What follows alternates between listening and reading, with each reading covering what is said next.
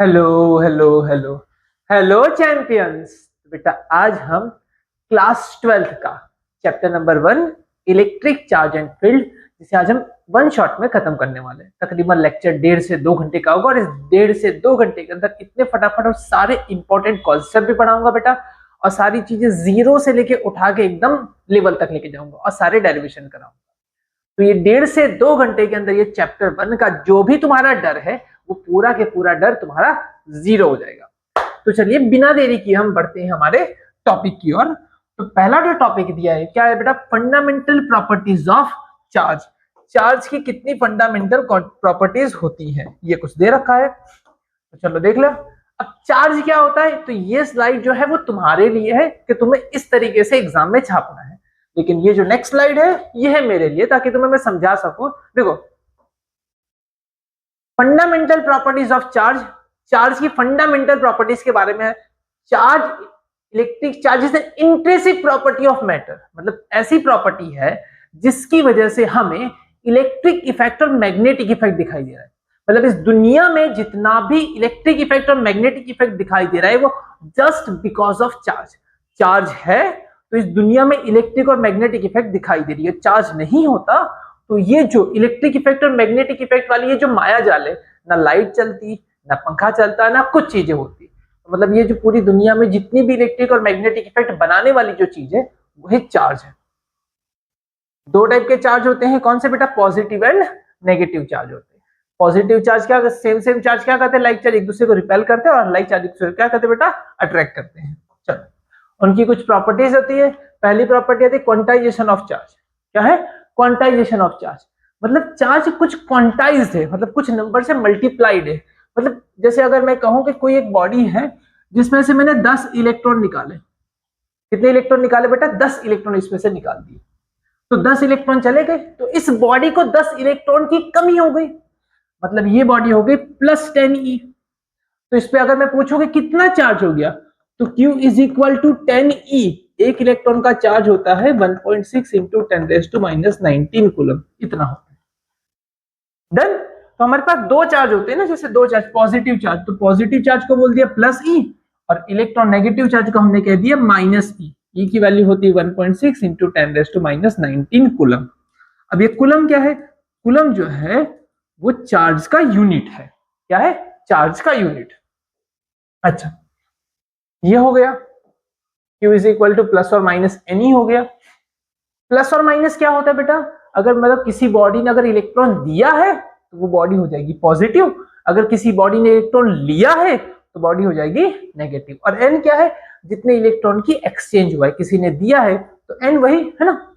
चलो, अब आता है conservation of charge. Conservation of charge की एक डेफिनेशन ऐसी कहती है, चार्ज के neither be created nor be destroyed, वो कहीं ना कहीं वो डेफिनेशन होती है गलत। इसका मतलब क्या है, इन एन आइसोलेटेड सिस्टम, कोई एक सिस्टम ले लो, एक सिस्टम लो, उस सिस्टम को आइसोलेट कर दो। आइसोलेट कर दो मतलब इसके अंदर जितना भी, मतलब बाहर से कोई चार्ज अंदर आने वाला नहीं है, ना ही अंदर से बाहर कोई चार्ज जाएगा। ऐसा सिस्टम है जिसमें ना ही कोई बाहर से चार्ज अंदर आएगा और ना ही अंदर से कोई चार्ज बाहर जाने वाला है, ऐसा सिस्टम है। अच्छा, इसके अंदर क्या करना है, देखो, the total charge remain constant, मतलब कि अगर मान लो मैं दो बॉडी ले लू, ए, तीन बॉडी ले लेते, बी और ये रहा सी। अगर मान लो इस पे 10 कूलम था, इस पे -2 कूलम था, और इस पे मान लो -5 कूलम था, तो इस सिस्टम पे टोटल चार्ज कितना था। तो मैं कह सकता हूं कि इस सिस्टम के अंदर +10 कूलम है, -2 कूलम है, -5 कूलम है, तो कितना बचा बेटा, +3 कूलम। डन। अगर इस बॉडी को आप ऐसे हिलाओगे बेटा, सेक करने के बाद, इसे सेक करोगे तो क्या हो जाएगा बेटा, मान लो कि इसे सेक करने के बाद कुछ ऐसी सिचुएशन क्रिएट हुई कि ए बॉडी पे +20 कूलम आया और बी बॉडी पे -10 कूलम आया, तो सी पे कितना होगा। देखो, कुल मिला के पहले चार्ज कितना था, +3 कूलम, तो अभी भी +3 कूलम ही रहेगा। मतलब ए प्लस बी और सी का टोटल एडिशन +3 कूलम ही रहने वाला है। ए के पास चार्ज कितना है बेटा, 20, और इसके पास है, ए के पास चार्ज है +20, बी के पास चार्ज कितना है, -10, और इसके मान लो Q है, तो Q ये हो गया 10, 10 वहां पे चला गया, तो Q इज इक्वल टू यहाँ पे 10, वहां पे गया तो -10, +3 में से 10 गया तो भैया -7, मतलब इस पे कितना चार्ज होगा, इस पे चार्ज होगा -7 कूलम का। क्या इतनी मेरी बातें क्लियर है बेटा? तो इसमें भी कंजर्वेशन ऑफ चार्ज हुआ, मतलब कि अंदर चाहे चार्ज का जितना भी एक्सचेंज हो जाए, है ना, अंदर चाहे चार्ज का जितना भी एक्सचेंज हो जाए, अंदर का कोई चार्ज बाहर नहीं जा रहा है, बाहर का कोई चार्ज अंदर नहीं आ रहा है, और जितना चार्ज अंदर था वो रिमेन्स कांस्टेंट रहेगा। क्लियर है? चलो देखो, total charge remain constant, it can be transferred but not created और डिस्ट्रॉयड, मतलब वो एक बॉडी से दूसरी बॉडी में जा सकता है but can not be created और destroyed. Additivity of charge, additivity of charge मतलब क्या हो जाए, किसी बॉडी पे हम चार्ज देते चले जाओ, उसका चार्ज बढ़ता चला जाएगा, ऐड होता चला जाएगा, निकालते जाओगे तो निकलता चला जाएगा। Total charge is an algebraic sum of all individual charge in the system, जो अभी हमने डिस्कस किया। चलो नेक्स्ट टॉपिक पे आते हैं, इलेक्ट्रिक चार्ज, जो हिंदी में कहते हैं आवेश, और ये तुम्हारे लिए है, वापस तुम इसे अच्छे से एक बार इसे समझने के लिए है, पूरा इंग्लिश में दे रखा है बेटा, आप इसे अच्छे से पढ़ सकते हैं। डन? चलो कूलम्स लॉ पे आते हैं। अब देखो ये बड़ा फेमस लॉ है कूलम लॉ। अब ये क्या है, जैसे मास ग्रेविटेशन वाला लॉ था, किसने बनाया था बेटा? न्यूटन ने, न्यूटन्स ग्रेविटेशन। दो अगर मास है तो उनके बीच में अट्रैक्शन होता है ना, उनके बीच में सिर्फ और सिर्फ अट्रैक्शन है। अगर उनके बीच का सेपरेशन r है तो ये इसको अट्रैक्ट करेगा, ये इसको अट्रैक्ट करेगा।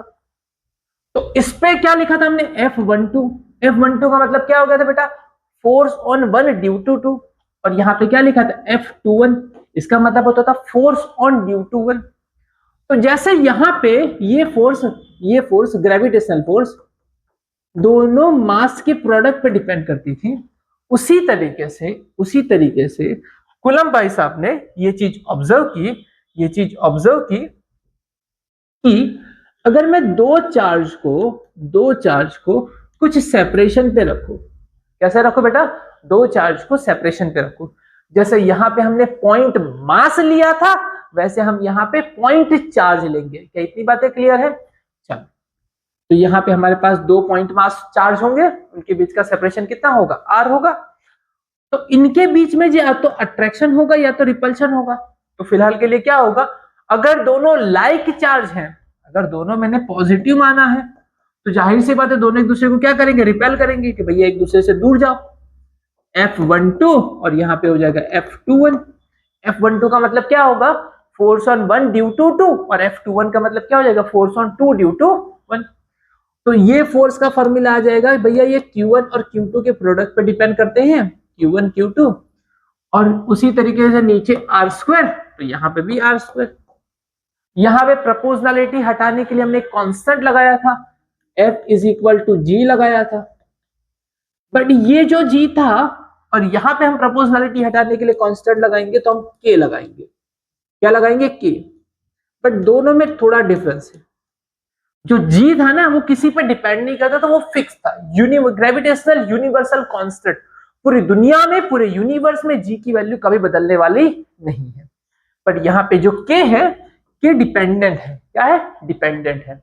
वो किस पे डिपेंड करता है? मीडियम पे डिपेंड करता है, मीडियम पे डिपेंड करता है। अगर तुम्हारे पास वैक्यूम है तो K की वैल्यू हो जाएगी 9 × 10⁹। अब इसका यूनिट क्या बनेगा? देखो, K का अगर मुझे यूनिट बनाना है तो मैं क्या करूं? F is equal to K Q1 Q2 divide by r² है, r² यहां भेज दो, F into r² divide by Q1 Q2 is equal to K। Force का यूनिट हो जाएगा न्यूटन, इसका यूनिट हो जाएगा मीटर स्क्वायर, और कूलम इंटू कूलम क्या हो जाएगा? Coulomb square. ये K का यूनिट बन गया। तो क्या आ गया? Newton metre square upon coulomb square. ये K का यूनिट आ गया और वैल्यू आ गई। बोलो क्लियर है? बट K यहां तक लिमिटेड नहीं है, K जो थोड़ा आगे और भी है बेटा। K के बारे में क्या है? K is equal to 1/4 pi epsilon naught. क्या होता है बेटा? 1/4 पाई एप्सिलॉन नॉट। अब एप्सिलॉन नॉट तो सबको पता होगा, अब तो चैप्टर चल चुका है, तो क्या पढ़ा? परमिटिविटी होती है। क्या होती है? परमिटिविटी। अब परमिटिविटी का मतलब इतना समझ के चलना कि कौन किसको कितना परमिट कर रहा है, कौन किसको कितना परमिट कर रहा है। मतलब परमिटिविटी मतलब इलेक्ट्रिक फील्ड को परमिट करना। क्या होता है? इलेक्ट्रिक फील्ड को परमिट करना। ऐसा बात ये आती है कि एप्सिलॉन नॉट की वैल्यू क्या है। एप्सिलॉन नॉट की वैल्यू होती है 8.85 इंटू 10⁻²। अब जो ये है ना, इसके एग्जिट उल्टा होता है इसका यूनिट, क्योंकि देखो यहाँ पे के और यहाँ पे एप्सिलॉन नॉट है, उल्टा है, तो इसका यूनिट भी पूरा उल्टा हो जाएगा, coulomb square upon newton into metre square. तो ये हो गया एप्सिलॉन नॉट। अब ये जो दोनों वैल्यू है ये किसकी है? वैक्यूम की वैल्यू। किसकी वैल्यू है? वैक्यूम की वैल्यू है। अब ध्यान से समझिएगा, एक और दूसरा होता है रिलेटिव। क्या होता है? Relative permittivity. क्या होता है? Relative permittivity. अब ये रिलेटिव परमिटिविटी क्या, जैसे आपकी रिलेटिव डेंसिटी होती है, रिलेटिव डिस्प्लेसमेंट होता है, वैसे ही रिलेटिव परमिटिविटी है। बड़ी इजी सी बात है। देखो, मुझे परमिटिविटी को किसी के साथ कंपेयर करना है। जैसे मैंने ले लिया लेट पानी, यहाँ पे पानी, पानी की परमिटिविटी कितनी है तो उसकी एक वैल्यू होगी। अब वो वैल्यू में सबकी वैल्यू याद रखूं, इससे अच्छा मैंने एक जुगाड़ बनाया। जुगाड़ क्या बनाया पता है? पानी की मैंने रिलेटिव परमिटिविटी याद कर ली। पानी की रिलेटिव परमिटिविटी 79 से लेके 80 के बीच में होती। जनरली हम लोग 80 लिखते थे। कितना लिखते थे? 80। अब ये 80 क्या है, ध्यान से समझिएगा, वो रेशियो है। मतलब पानी की जो परमिटिविटी थी वो, पानी की परमिटिविटी वो अपॉन फ्री स्पेस की परमिटिविटी, पानी की परमिटिविटी अपॉन फ्री स्पेस की परमिटिविटी, मतलब इन दोनों के रेशियो को क्या कहा जाता है? Relative permittivity. क्या कहा जाता है बेटा? Relative permittivity. बोलो, क्लियर है इतना? तो यहाँ पे मीडियम की परमिटिविटी अपॉन फ्री स्पेस की परमिटिविटी, इन दोनों के रेशियो को कहा जाता है रिलेटिव परमिटिविटी। और बहुत बार बुक में इसे छोटा के भी कह देते हैं। क्या कह देते हैं? छोटा के, which is equal to dielectric constant. क्या कहते हैं? डाइलेक्ट्रिक कांस्टेंट इसे कहते हैं। कैपेसिटर आएगा, कैपेसिटर का चैप्टर 2, उसमें डाइलेक्ट्रिक कांस्टेंट के बारे में बात करेंगे। तो वो एक्चुअल क्या है बेटा? के है। और के मतलब क्या है? Relative permittivity. चलो थोड़ा आगे बढ़ते हैं। F इज इक्वल टू के Q1 Q2 divide by R square, और ये सारी वैल्यू तुम्हारे पास है। चलो आगे। हाँ, कूलम्स लॉ। अब इसे थोड़ा हिंदी में दे रखा है बेटा, आपके लिए दे रखा है, इंग्लिश बना रखा है ताकि आप और अच्छे से इसे नोट करना चाहे तो नोट कर सकते हैं। चलो अब थोड़ा कूलम लॉ को हम और एडवांस में देख लेते हैं बेटा। एक देख लेते हैं हम वेक्टर फॉर्म में। किसमें देखते हैं बेटा? वेक्टर फॉर्म में। चलो, छोटा चैप्टर है, बड़ा मजेदार चैप्टर है, कुछ बहुत सारी चीजें नहीं है, लेकिन हाँ अलग अलग जगह पे छोटे छोटे दो कुछ डेरिवेशन है जिसे आपको समझोगे तो बहुत आसानी से आपको आ जाएगा। चलो, वेक्टर फॉर्म में क्या है ध्यान से देखिएगा। मान लो एक चार्ज यहाँ पे है Q1, दूसरा चार्ज है यहाँ पे Q2। इसका जो पोजीशन है वो है बेटा R1, इसकी पोजीशन वेक्टर है बेटा R1 और इसका पोजीशन वेक्टर है R2। इन दोनों के बीच में जो जगह है, इन दोनों के बीच में जो जगह है उसका नाम दे दिया बेटा मैंने R। क्या दे दिया? R। अगर बेटा मैं ये जो R को मैं नीचे की तरफ एरो बनाऊंगा ना तो ये कहलाएगा R2 माइनस R1। क्या कहलाएगा? R2 माइनस R1 मतलब R21 कहलाएगा। क्या कहलाएगा? R21। अगर इसी वेक्टर को मैं ऊपर की तरफ अगर बनाऊंगा, मतलब R को अगर ऊपर की तरफ बनाऊंगा तो इसे कहा जाएगा R1 minus R2, R1 minus R2, ये हो जाएगा R12। डन? अच्छा, अब दूसरा, ये प्लस Q1 है, ये भी प्लस Q2 है, मतलब एक दूसरे को देख देख के क्या करेंगे बेटा? एक दूसरे को धक्का देंगे, तो यहाँ पे एक फोर्स लगेगी, ये हो जाएगा F21, और ये यहाँ पे लगेगी बेटा, ये हो जाएगा F12। सर F12 और F21 की वैल्यू लिखते हैं। F12 की वैल्यू क्या होती है? Force on one due to two. क्या होता है? Force on one due to two, मतलब क्या? के किस पे फोर्स लगी? Q1 पे फोर्स लगी। किसने लगाई? Q2 ने लगाई। कितने डिस्टेंस से लगाई बेटा? R से, तो नीचे R स्क्वायर। अगर मैं ऐसा कहूं कि F21 लिखो, किस पे फोर्स लगी? 2 पे। किसने लगाई? 1 ने। कितने डिस्टेंस से? R स्क्वायर से। कोई कंफ्यूजन? अभी भी ये स्केलर फॉर्म है, स्केलर फॉर्म है। वेक्टर मतलब क्या? इनको डायरेक्शन देनी होगी। क्या देनी होगी बेटा? डायरेक्शन। वेक्टर मतलब क्या? कि मैग्नीट्यूड के साथ साथ डायरेक्शन भी होती है। क्या होती है? मैग्नीट्यूड के साथ साथ डायरेक्शन। अब देखना इधर, यहाँ पे मेरे पास F12 है, वेक्टर लगाऊंगा ना वेक्टर, तो क्या करूंगा, ये तो मैग्नीट्यूड तो अपनी जगह पे सेम ही रहेगा, बट इसकी डायरेक्शन देनी पड़ेगी। अब ये बताओ F12 की डायरेक्शन कौन सी डायरेक्शन में है? F12 किसके डायरेक्शन में है? R12 की डायरेक्शन में है। मतलब मैं लिख सकता हूं R12 का कैप। क्या लिख सकता हूं बेटा? R12 का कैप। कैप मतलब डायरेक्शन, यूनिट वेक्टर। मतलब इसकी डायरेक्शन में है, और इसकी डायरेक्शन में F12 F21 F1 sorry F21 R21 F12 R12। यहां पे हो जाएगा F21 लिखना हो तो K Q1 Q2 R square, और क्या हो जाएगा बेटा? R21 क्या।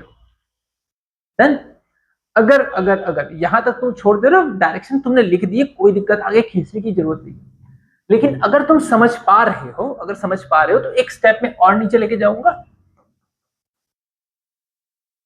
K Q1 Q2 divide by R square. देखना R12 जो यूनिट वेक्टर मतलब क्या होता है पता है? वेक्टर को उसके मैग्नीट्यूड से डिवाइड करने पे, वेक्टर को उसके मैग्नीट्यूड से डिवाइड करने पे क्या मिलता है बेटा? Unit vector. वेक्टर को उसके मैग्नीट्यूड से डिवाइड करने पे यूनिट वेक्टर मिलता है। सेम चीज वहां लिख सकता हूं, वेक्टर को उसके मैग्नीट्यूड से डिवाइड करने पे यूनिट वेक्टर है, उसके नीचे क्या किया बेटा मैंने? उसका मैग्नीट्यूड डाल दो, यूनिट वेक्टर। पर जो R12 और R21 जो है, R12 हो चाहे R21 हो, इनका मैग्नीट्यूड R के बराबर है। किसके बराबर है? R के बराबर है। मतलब नीचे ये भी R है और ये भी R है। R स्क्वायर और R कितना हो जाएगा? R cube. R स्क्वायर और R कितना हो जाएगा? R cube. मतलब तुम्हारा फॉर्मूला हो जाएगा F12 के Q1 Q2 नीचे हो जाएगा R क्यूब, और R12 यहां पे हो जाएगा F21 के Q1 Q2 R cube R21। Note करके चलना, नोट करना, बहुत इंपॉर्टेंट बातें बोलने जा रहा हूं, ध्यान से सुनना। अगर तुम्हारे पास नीचे स्क्वायर है तो यहां पे यूनिट वेक्टर है, नीचे स्क्वायर है तो यूनिट वेक्टर है। ये सबसे स्टैंडर्ड फॉर्म है, यही सबसे बढ़िया फॉर्म है, यही मुझे पसंद है। लेकिन अगर तुम वेक्टर फॉर्म में लिख रहे हो, अगर वेक्टर लगाया है तो नीचे क्या लिखा जाएगा बेटा? क्यूब होगा। यूनिट वेक्टर है तो स्क्वायर है, यूनिट वेक्टर है तो स्क्वायर है। बट अगर तुमने वेक्टर लगाया है, तो नीचे क्या हो जाएगा? क्यूब, और नीचे क्या हो जाएगा? ये कूलम लॉ का कौन सा फॉर्म खत्म हो गया बेटा? वेक्टर फॉर्म खत्म हो गया। अभी देख लेते हैं उसके स्केलर फॉर्म में, दो मीडियम में, अगर एक मीडियम में रखा जाए दूसरी मीडियम में रखा जाए तो क्या फर्क पड़ रहा है वो देखते हैं। जैसे मान लो कि दो चार्ज Q1 और Q2 को हम ऐसे ही रख दे रहे हैं, वैक्यूम के अंदर है। क्या है? वैक्यूम के अंदर है। मतलब जो मीडियम है वो एप्सिलॉन नॉट है। तो इस पे लगने वाले फोर्स के बारे में हम क्या कह सकते हैं? Q1 Q2 4 pi epsilon not R square. कोई कंफ्यूजन? देखो K की मैंने डायरेक्ट वैल्यू लिखी है, मीडियम है एप्सिलॉन नॉट, तो K की वैल्यू होगी 4 पाई एप्सिलॉन नॉट। लेकिन अगर अगर अगर यही दोनों चार्ज को, यही पूरे सिस्टम को मैं किसी और जगह पे रख दूं, किसी और जगह पे रख दूं, किसी और जगह पे रख दूं, और यहाँ पे इसको किसी फ्लूइड के अंदर रख दूं, मीडियम बदल गया। मान लो इसके बीच में पानी है, आज गुलाबी है पानी है ना, मीडियम कर दूं यहाँ EM, तो ये मीडियम पे अब फोर्स की वैल्यू बदल जाएगी। कैसे देखना? F इज इक्वल टू के ना, ऊपर क्या होता है? के की जगह पे क्या लिखा जाएगा? 4 पाई एप्सिलॉन m। ये मीडियम तो एप्सिलॉन नॉट, ये वाला मीडियम तो एप्सिलॉन m, ये वाला मीडियम तो एप्सिलॉन नॉट, ये वाला मीडियम तो एप्सिलॉन m। चार्ज वही है Q1 Q2, डिस्टेंस भी वही है, सब कुछ। मतलब फोर्स की वैल्यू क्या हो गई बेटा? बदल गई।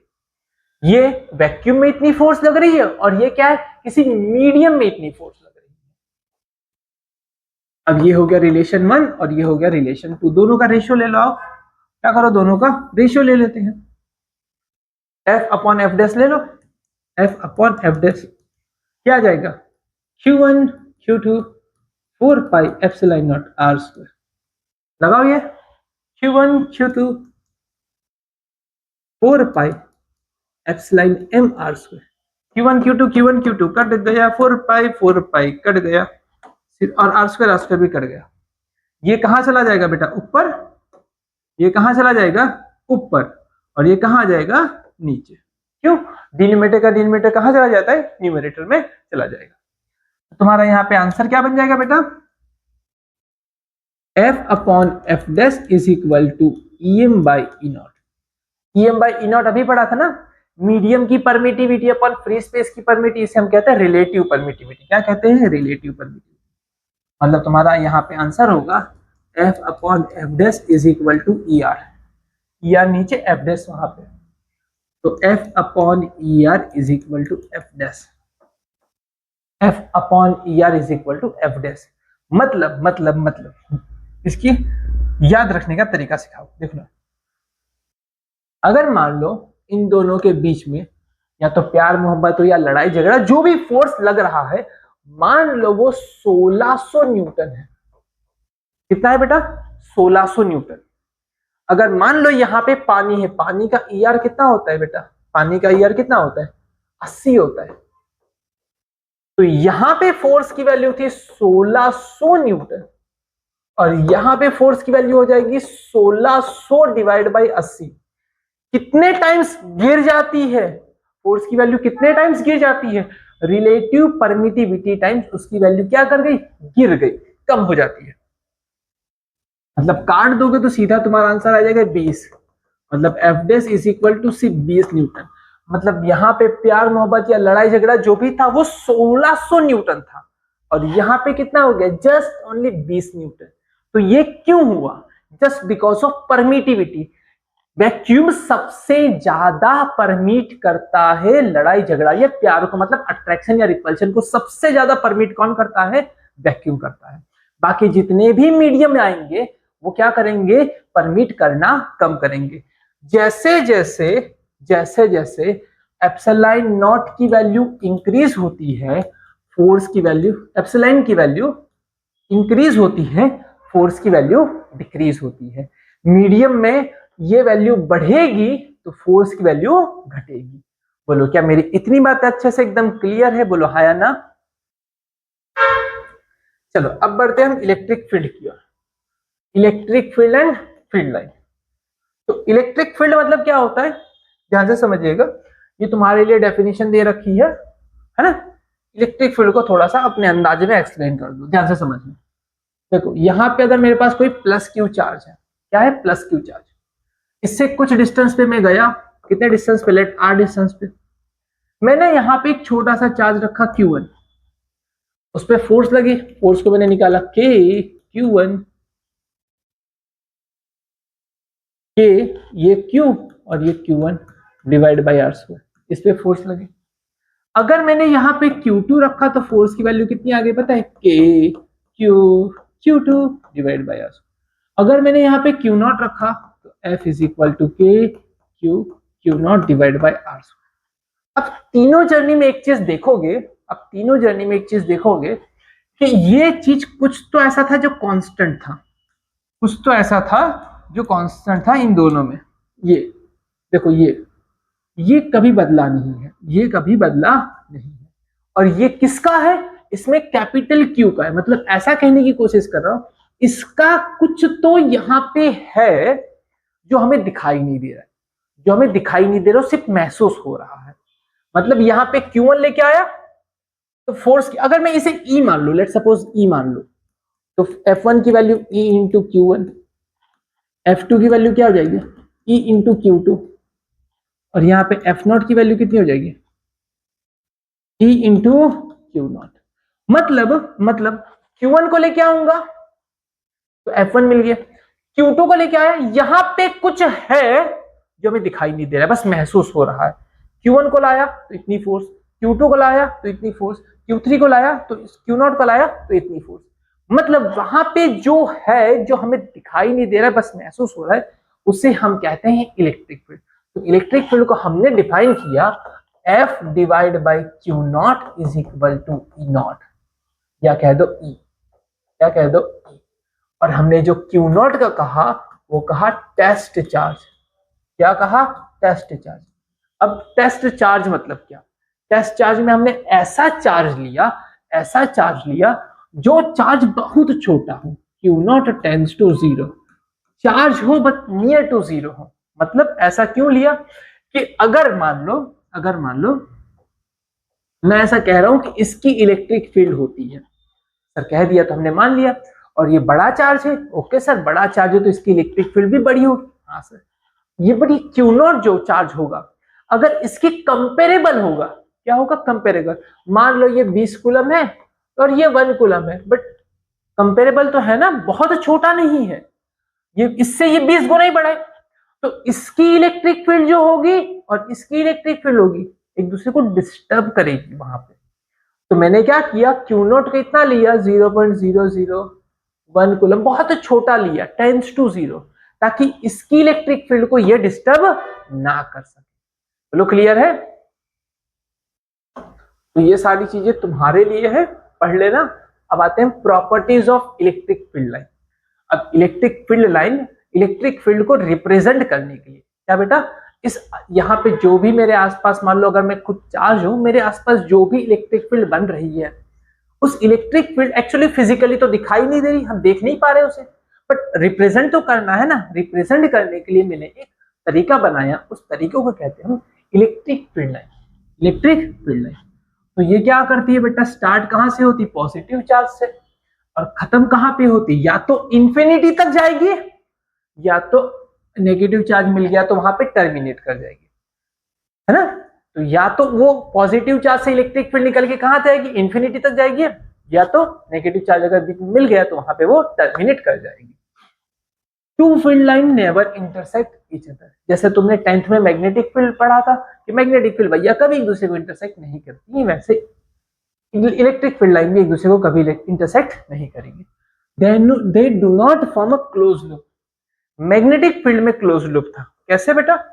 मैग्नेटिक फील्ड में ये मान लो ये तुम्हारा एन पोल और एस पोल था, तो यहाँ पे कैसे थे, यहाँ से मैग्नेटिक फील्ड ऐसे निकलती थी, घूम फिर के आती थी, वापस अंदर चली जाती थी, ऐसे क्लोज लूप बनाती थी। क्या बनाती थी? ऐसे क्लोज लूप बनाती थी। पर भैया यहाँ पे ऐसा नहीं है। यहाँ पे मान लो कि ये प्लस क्यू है और ये माइनस क्यू है, तो भैया यहाँ पे क्या होगा पता है? प्लस में इलेक्ट्रिक फील्ड लाइन ऐसे निकलेगी, ऐसे निकलेगी, ऐसे निकलेगी, ऐसे निकलेगी, और चली जाएगी नेगेटिव में आ रही है अंदर, नेगेटिव में अंदर आ रही है ऐसे। मान लो यहां से निकली तो ऐसे चली जाएगी, ऐसे निकली तो ऐसे चली जाएगी, और हमेशा ना सरफेस से 90 डिग्री से निकलती है। कैसे निकलती बेटा? सरफेस से 90 डिग्री से हमेशा ऐसे निकलती है। यहां से निकली तो यहां चली जाएगी, यहां से निकली तो यहां चली जाएगी, ऐसे चली जाएगी, बट कभी एक दूसरे को इंटरसेक्ट नहीं करेंगे। Next point, they are always normal to the surface of the conductor. Conductor को हमेशा सरफेस, कंडक्टर का जो सरफेस होगा उसको हमेशा कैसे निकलती बेटा? नॉर्मल निकलती है। चलो, इलेक्ट्रिक फील्ड ये तुम्हें दिया गया बेटा, तुम्हारे लिए इंग्लिश में लिखा हुआ है। पॉजिटिव चार्ज क्या है, नेगेटिव चार्ज की इलेक्ट्रिक फील्ड लाइन में 2 लाइन कभी जो भी है बेटा अपने हिसाब से पढ़ लीजिएगा, मैंने सारी चीजें एक्सप्लेन कर दी। अब यहाँ पे इलेक्ट्रिक फील्ड क्या होता है इसका एक अच्छा सा दे रखा है बेटा, इसे भी पढ़ लीजिएगा, ये भी अपना हो गया। चलो, इलेक्ट्रिक फील्ड लाइन जो होता है वो कैसी लाइन है बेटा? इमेजनरी लाइन है। कैसी लाइन है? इमेजनरी लाइन होती है। उसकी डायरेक्शन मैंने बता दी है बेटा, पॉजिटिव चार्ज से निकलती है और नेगेटिव चार्ज पे खत्म होती है, या तो वो इंफिनिटी तक जाएगी। क्या है? नो इंटरसेक्शन, एक दूसरे को इंटरसेक्ट नहीं करती। हाँ, ये पॉइंट रहेगा स्ट्रेंथ। अगर इलेक्ट्रिक फील्ड लाइन मैंने ऐसे बनाई है, क्या बनाई है? मैंने ऐसे बनाई है, इलेक्ट्रिक फील्ड लाइन मैंने ऐसे बनाई है, तो इधर पास पास में है, यहाँ पे क्लोजर है और यहाँ पे एक दूसरे से दूर है, तो यहाँ पे जो इलेक्ट्रिक फील्ड होगी ना, इलेक्ट्रिक फील्ड मान लो यहाँ पे ए और यहाँ पे इलेक्ट्रिक फील्ड बी, तो यहाँ पे इलेक्ट्रिक फील्ड वीक होगी और यहाँ पे इलेक्ट्रिक फील्ड स्ट्रॉन्ग है। जैसे मैग्नेटिक फील्ड में तुमने पढ़ रखा था, सेम कॉन्सेप्ट है, सेम कॉन्सेप्ट है। वहां पे क्लोज लूप बनाती थी, यहाँ पे बस क्लोज लूप नहीं बनानी। वहां पे वो एन से निकलती थी और यहाँ पे वो पॉजिटिव से निकलती थी।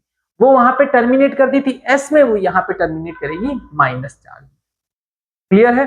चलो कंटिन्यूस कर्व, ये लाइन बीच में से टूटती नहीं है, मतलब ऐसे अगर पॉजिटिव से निकली है तो नेगेटिव तक कंटिन्यूस इलेक्ट्रिक फील्ड यहां से यहां तक जारी होगी। ऐसे नहीं कि बीच में भैया नहीं है, नहीं है फिर है, फिर नहीं है, फिर है, फिर नहीं है, ऐसा नहीं है ना। चलो आ जाते आगे। पॉइंट चार्ज की वजह से इलेक्ट्रिक फील्ड अभी हमने पढ़ लिया। पॉइंट चार्ज की वजह से इलेक्ट्रिक फील्ड कितना होता है? E is equal to F by Q naught. एफ की वैल्यू कितनी थी? K Q Q naught divide by R square. तो नीचे क्यू नॉट कट गया था, याद आया जब हमने ये लिया था। ये इलेक्ट्रिक फील्ड था। क्या था? Electric field.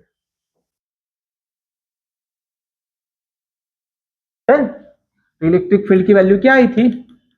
के क्यू बाय आर स्क्वायर, और के की वैल्यू रख दो तो क्या हो जाएगा? 4 pi epsilon naught R square. क्या हो गया? Q upon 4 pi epsilon naught R square. ये होगी के की वैल्यू, सॉरी ई की वैल्यू। चलो, और ये क्या है? जितनी दूर जाओगे इलेक्ट्रिक फील्ड उतनी ही कमजोर होती चली जाएगी। चलो अब आते हैं डाइपोल पे। क्या आते हैं? डाइपोल पे। अभी डाइपोल क्या होता है? तो डाइपोल है, उस पर टोटल 3 थियरी। डाइपोल क्या है? ये तो सिर्फ कॉन्सेप्ट है। उसकी डाइपोल की एक्सिस पे इलेक्ट्रिक फील्ड आएगी, उसके इक्वेटर पे इलेक्ट्रिक फील्ड आएगी, और उस पे लगने वाली टॉर्क आएगी इस चैप्टर में। नेक्स्ट चैप्टर में डाइपोल की और भी 2 चीजें आएगी, पोटेंशियल आएगा और पोटेंशियल एनर्जी आएगा। 2 चीजें वहां पे आएंगी। चलो डाइपोल मतलब क्या? कि मैंने एक प्लस क्यू चार्ज लिया और एक माइनस क्यू चार्ज लिया, और उनके बीच का सेपरेशन मैंने कुछ ले लिया। तुम्हारे टेक्स्ट बुक के हिसाब से चला जाए ना, ऐसा डिस्टेंस को तो मैं डी ही लूंगा, लेकिन तुम्हारे टेक्स्ट बुक के हिसाब से चला जाए तो मैंने उसके डिस्टेंस को 2a ले लिया। मतलब इसको मैंने सेंटर मान लिया। क्या मान लिया? सेंटर। और इस डिस्टेंस को कह दिया मैंने a, और इसको कह दिया मैंने a। तो डाइपोल मोमेंट क्या बन गया पता है? Dipole moment is equal to distance into charge. क्या होता है? Dipole moment is equal to distance into charge. ये होता है, मतलब एक तरफ प्लस क्यू, एक तरफ माइनस क्यू। मतलब ये 2 पोल वाला जो सिस्टम बना, एक पॉजिटिव पोल और नेगेटिव पोल और कुछ सेपरेशन पे है, ये 2 पोल वाला जो सिस्टम बना, उस पोल को, 2 पोल वाले सिस्टम को हम कहते हैं इलेक्ट्रिक डाइपोल, है ना। और यहाँ पे ये होता है, ये वेक्टर क्वांटिटी है डाइपोल मोमेंट। डाइपोल मोमेंट क्या है बेटा? वेक्टर क्वांटिटी होती है। इसकी डायरेक्शन जो होती है वो नेगेटिव चार्ज से पॉजिटिव चार्ज होती है। कहां से कहां पे होती है बेटा? Negative charge. मतलब ये नेगेटिव और ये पॉजिटिव, मतलब डाइपोल मोमेंट की डायरेक्शन ये होगी, ऐसे होगी, नेगेटिव चार्ज से पॉजिटिव चार्ज की तरफ। बोलो क्लियर है? चलो ये रहा उसकी वैल्यू।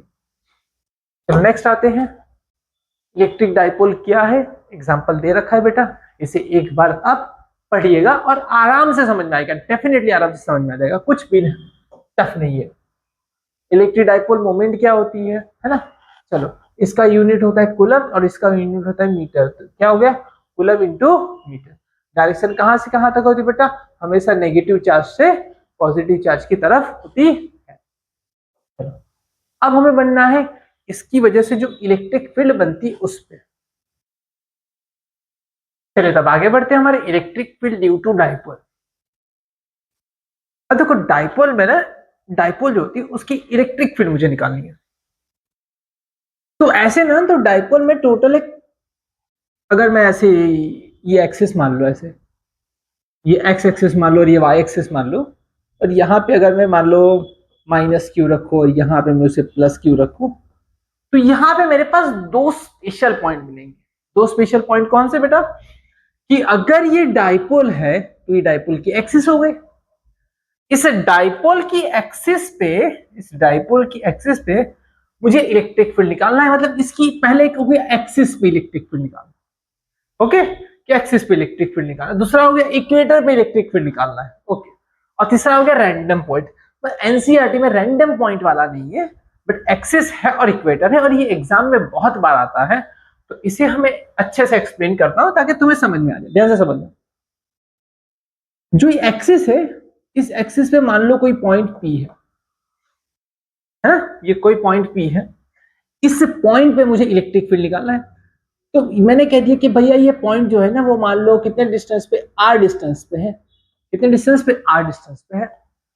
तो यहां से r डिस्टेंस है, तो यहां से कितना होगा, ये भैया बोला कि मेरे पास टोटल r है, ये है a और ये भी डिस्टेंस a, तो ये r और ये a, तो ये कितना हो गया r माइनस a, और ये कितना हो गया r और a मतलब r प्लस a।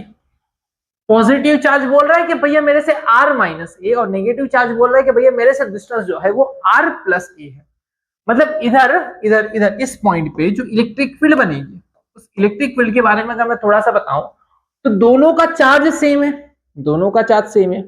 पॉजिटिव की इलेक्ट्रिक फील्ड ऐसे बनेगी पॉजिटिव, पर जो नेगेटिव की इलेक्ट्रिक फील्ड बनेगी वो ऐसे बनेगी ई नेगेटिव। पॉजिटिव की इलेक्ट्रिक फील्ड ऐसे बनेगी पॉजिटिव, और नेगेटिव की इलेक्ट्रिक फील्ड ऐसे बनेगी नेगेटिव। बट एक बड़ा और एक छोटा, क्यों ये बड़ा है और ये क्यों छोटा है बेटा, क्योंकि ये पास में है तो इसकी इलेक्ट्रिक फील्ड स्ट्रांग होगी, और ये दूर है तो इसकी इलेक्ट्रिक फील्ड कमजोर होगी। मतलब इस जगह पे नेट इलेक्ट्रिक फील्ड कितनी हो जाएगी, ईपी इज इक्वल टू ये ऐसे और ये ऐसे, मतलब दोनों का माइनस हो जाएगा। तो यहाँ पे इलेक्ट्रिक फील्ड जो हो जाएगी वो जाएगी प्लस में से माइनस वाली माइनस कर दो। अच्छा ई प्लस की अगर आपसे बात करूं तो ई प्लस कितना होगा बताओ, ई प्लस जो होगा वो कितना होगा, क्यों लगा रहा है इलेक्ट्रिक फील्ड, कितने डिस्टेंस से, कितना डिस्टेंस से बताओ, r माइनस ए। अच्छा अगर मैं ई माइनस के बारे में बात करूं तो कितना हो जाएगा, ई माइनस कौन लगा रहा है, माइनस क्यू, कितने डिस्टेंस से लगा रहा है, आर प्लस ए से, माइनस क्यू लगा रहे। देखो अब यहां पे माइनस मत लिखना, यहां पे आपको माइनस क्यू नहीं लिखना है, प्लस क्यू लिखना है। क्यों आपको अभी बताते हैं। देखो जब जब वेक्टर आता है ना, वेक्टर क्वांटिटी, कोई भी वेक्टर क्वांटिटी, उसमें प्लस और माइनस की जगह पे सिर्फ और सिर्फ प्लस ही लिख दिया जाता है, क्योंकि वेक्टर है, हमें डायरेक्शन पकड़नी है। देखो पॉजिटिव की डायरेक्शन हमने पकड़ ली क्योंकि ये पॉजिटिव है, नेगेटिव की डायरेक्शन ने उल्टी ले ली। यहाँ पे जो माइनस था ना, माइनस जैसे माइनस क्यू ने खुद ही डायरेक्शन बता दी कि यहाँ पे, तो डायरेक्शन अगर आपने देख ली तो आपको माइनस नहीं लिखना है। लेकिन अगर स्केलर क्वांटिटी होती, क्या बेटा, अगर स्केलर क्वांटिटी होती तो उसके पास तो डायरेक्शन होती ही नहीं है, तो आपको माइनस वहां पे लिखना पड़ता। चलो ये दोनों वैल्यू यहां पे रख देते हैं बेटा, प्लस की वैल्यू है K Q by R minus A whole square, और ये है K Q by R plus A whole square. K Q common निकाल लो, एलसीएम ले लो, यहाँ पे हो गया 1 minus R minus A whole square, R plus A whole square, LCM ले लो। ये वाली चीज चली जाएगी यहाँ पे और ये वाली चीज चली जाएगी यहाँ पे, और नीचे दोनों का हो जाएगा मल्टीप्लीकेशन। चलो के क्यू यहाँ पे चला जाएगा, मतलब क्या हो जाएगा, R plus A whole square.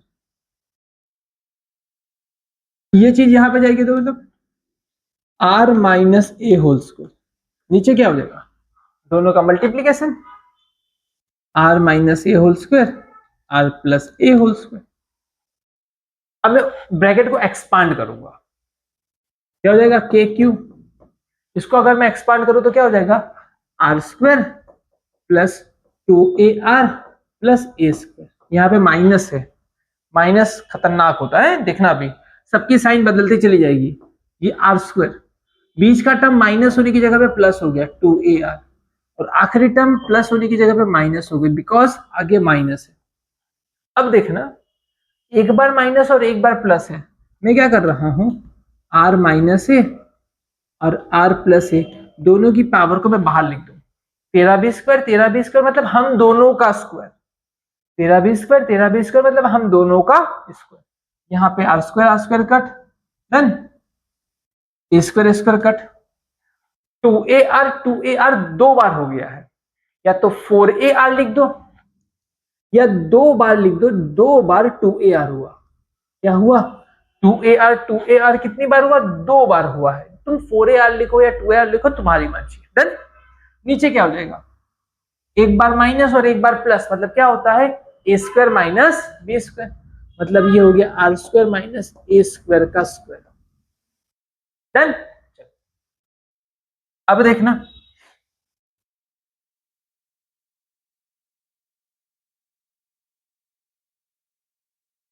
EQ sir EP is equal to 2KQ 2AR upon R² minus A² का स्क्वायर। देखना यहाँ पे तुम्हें एक चीज दिखाई देगी, 2AQ दिखाई देगा। 2AQ क्या दिखाई दे रहा है बेटा? 2AQ। देखना 2AQ तुम्हें दिखाई देगा। 2AQ 2AQ मतलब होगा P, dipole moment. Dipole moment is equal to 2AQ। अच्छा, तो EP is equal to 2KP और R। और मैं अगर ऐसी कंडीशन लगा दूं, R is much much much greater than A, जो ये डिस्टेंस है वो बहुत बड़ा है इस छोटे के डिस्टेंस से। R is much much much greater than A, मतलब यहाँ पे हो जाएगा R² minus A² is nearly approx equal to R²। क्या हो जाएगा बेटा? R² minus A² is nearly approx equal to R² हो जाएगा। मतलब यहाँ पे नीचे हो जाएगा R² का स्क्वायर, मतलब नीचे हो जाएगी पावर 4। 4 में से एक पावर कट जाएगी तो आंसर आ जाएगा EP is equal to 2KP by R³। कितना हो जाएगा बेटा? 2KP बाय R³ हो जाएगा। क्लियर है? चलो अब आगे बढ़ते हैं हम इक्वेटर की ओर। किस पे बढ़ते बेटा? इक्वेटर पे। चलो जैसे बात करें, यहां पे एक माइनस Q चार्ज है, यहाँ पे एक प्लस Q चार्ज है, और ये उसकी इक्वेटर है, एक्सिस है। यहाँ पे कोई पॉइंट P है, अब पॉइंट P इक्वेटर पे है, तो देखिएगा इलेक्ट्रिक फील्ड लाइन जाएगी वो ऐसे जाएगी पॉजिटिव की, और नेगेटिव की इलेक्ट्रिक फील्ड लाइन ऐसे आएगी अंदर की तरफ। ये हो जाएगा E माइनस और ये हो जाएगा E प्लस, ये हो जाएगा E प्लस और ये हो जाएगा E माइनस। अगर मैं यहाँ पे ऐसी हॉरिजॉन्टल लाइन बनाऊं, क्या बनाओ? Horizontal line. तो अगर यहाँ पे थीटा लो तो ये भी थीटा हो जाएगा। हाँ जी सर, ये थीटा, और ये देखो डिस्टेंस, ये डिस्टेंस भी R होगा और ये डिस्टेंस भी R होगा, दोनों डिस्टेंस भी सेम है। ये डिस्टेंस को मैंने कह दिया, लेट कुछ लेना है तुम्हें Y लेना Y ले लो, जो लेना हो तुम वो ले लो, जो तुम्हें पसंद हो ले लो। Y लेना Y ले लो, R लेना R ले लो, नहीं तो ऐसे अगर लेना तो ऐसे ले लो। अगर तुम इसे R ले रहे हो, अगर तुम इसे R लेना चाहते हो तो इसे कैपिटल R कर लो, तुम्हारी मर्जी, इसे कैपिटल R कर दो और इसे कैपिटल R कर दो, ऐसे भी चलेगा। देन ये डिस्टेंस है तुम्हारा A और ये डिस्टेंस है तुम्हारा A। जो कैपिटल R है ना वो क्या है पता है? पाइथागोरस के हिसाब से R² प्लस A² क्या है? R² plus A² is equal to R²। ये दिया हुआ है, ये दिया हुआ इतना है। अब देखना पॉजिटिव की इलेक्ट्रिक फील्ड ऐसे E प्लस, नेगेटिव की इलेक्ट्रिक फील्ड ऐसे E माइनस। अब ये देखना, अगर तुमसे पूछा जाए पॉजिटिव की इलेक्ट्रिक फील्ड बताओ, तुम क्या बोलोगे पता है? कि कौन लगा रहा है? Q। कितने डिस्टेंस से लगा रहा है? डिस्टेंस बताओ। R, नीचे लिखोगे R²। बहुत लाजवाब। अगर तुमसे माइनस का पूछो तो तुम क्या लिखोगे? माइनस की इलेक्ट्रिक फील्ड ऐसे। हाँ सर, लेकिन कौन लगा रहा है? Q, minus Q। कितने डिस्टेंस से लगा रहा है? R, तो वापस सेम आया, मतलब इसकी इलेक्ट्रिक फील्ड की वैल्यू भी E है और इसकी इलेक्ट्रिक फील्ड की वैल्यू भी E है। मैंने दोनों की इलेक्ट्रिक फील्ड की वैल्यू को क्या कह दिया? E और E, दोनों की वैल्यू सेम हो गई। मतलब ये भी E है और ये भी E है, मतलब अगर देखा जाए तो यहाँ पे ये भी E है और ये भी E है। डन। और यहाँ पे ये जो एंगल, ये नीचे भी थीटा और इधर भी थीटा है। बोलो क्लियर है? तो E का ये वाला जो कंपोनेंट हो जाएगा, E का जो ये वाला कंपोनेंट हो जाएगा वो हो जाएगा E cos थीटा। क्या हो जाएगा? ये E cos थीटा। और ये वाला हो जाएगा E sin थीटा। उसी तरीके से ये इसका ये कंपोनेंट हो जाएगा E cos थीटा और ये वाला कंपोनेंट हो जाएगा E sin theta. E sin theta एक दूसरे को काट देंगे।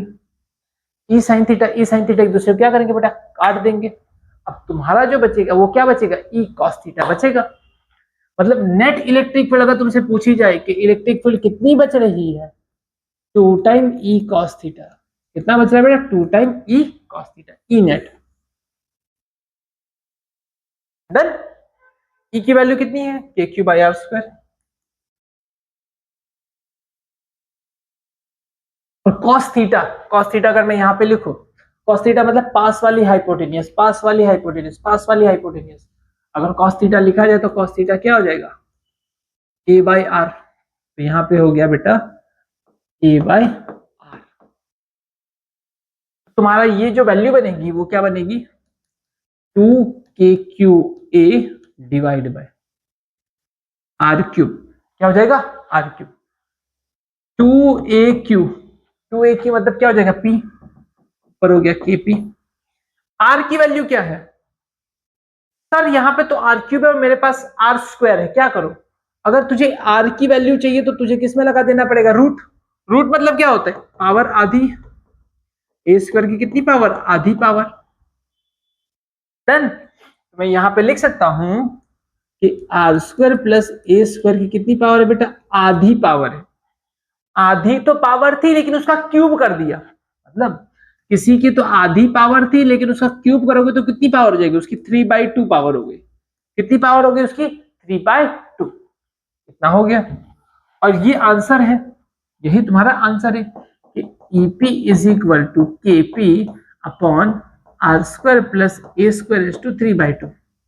बट अगर अगर अगर अगर आर बहुत बड़ा हो जाए ए से, अगर आर बहुत बड़ा है ए से, r is much much much greater than a, तो आर स्क्वायर में ए स्क्वायर इंक्लूड करूंगा ना तभी भी वो खुद आर स्क्वायर ही रहने वाला है।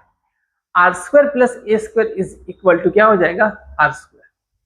तो मैं इसकी जगह पे आर स्क्वायर लिख सकता हूं। तो EP is equal to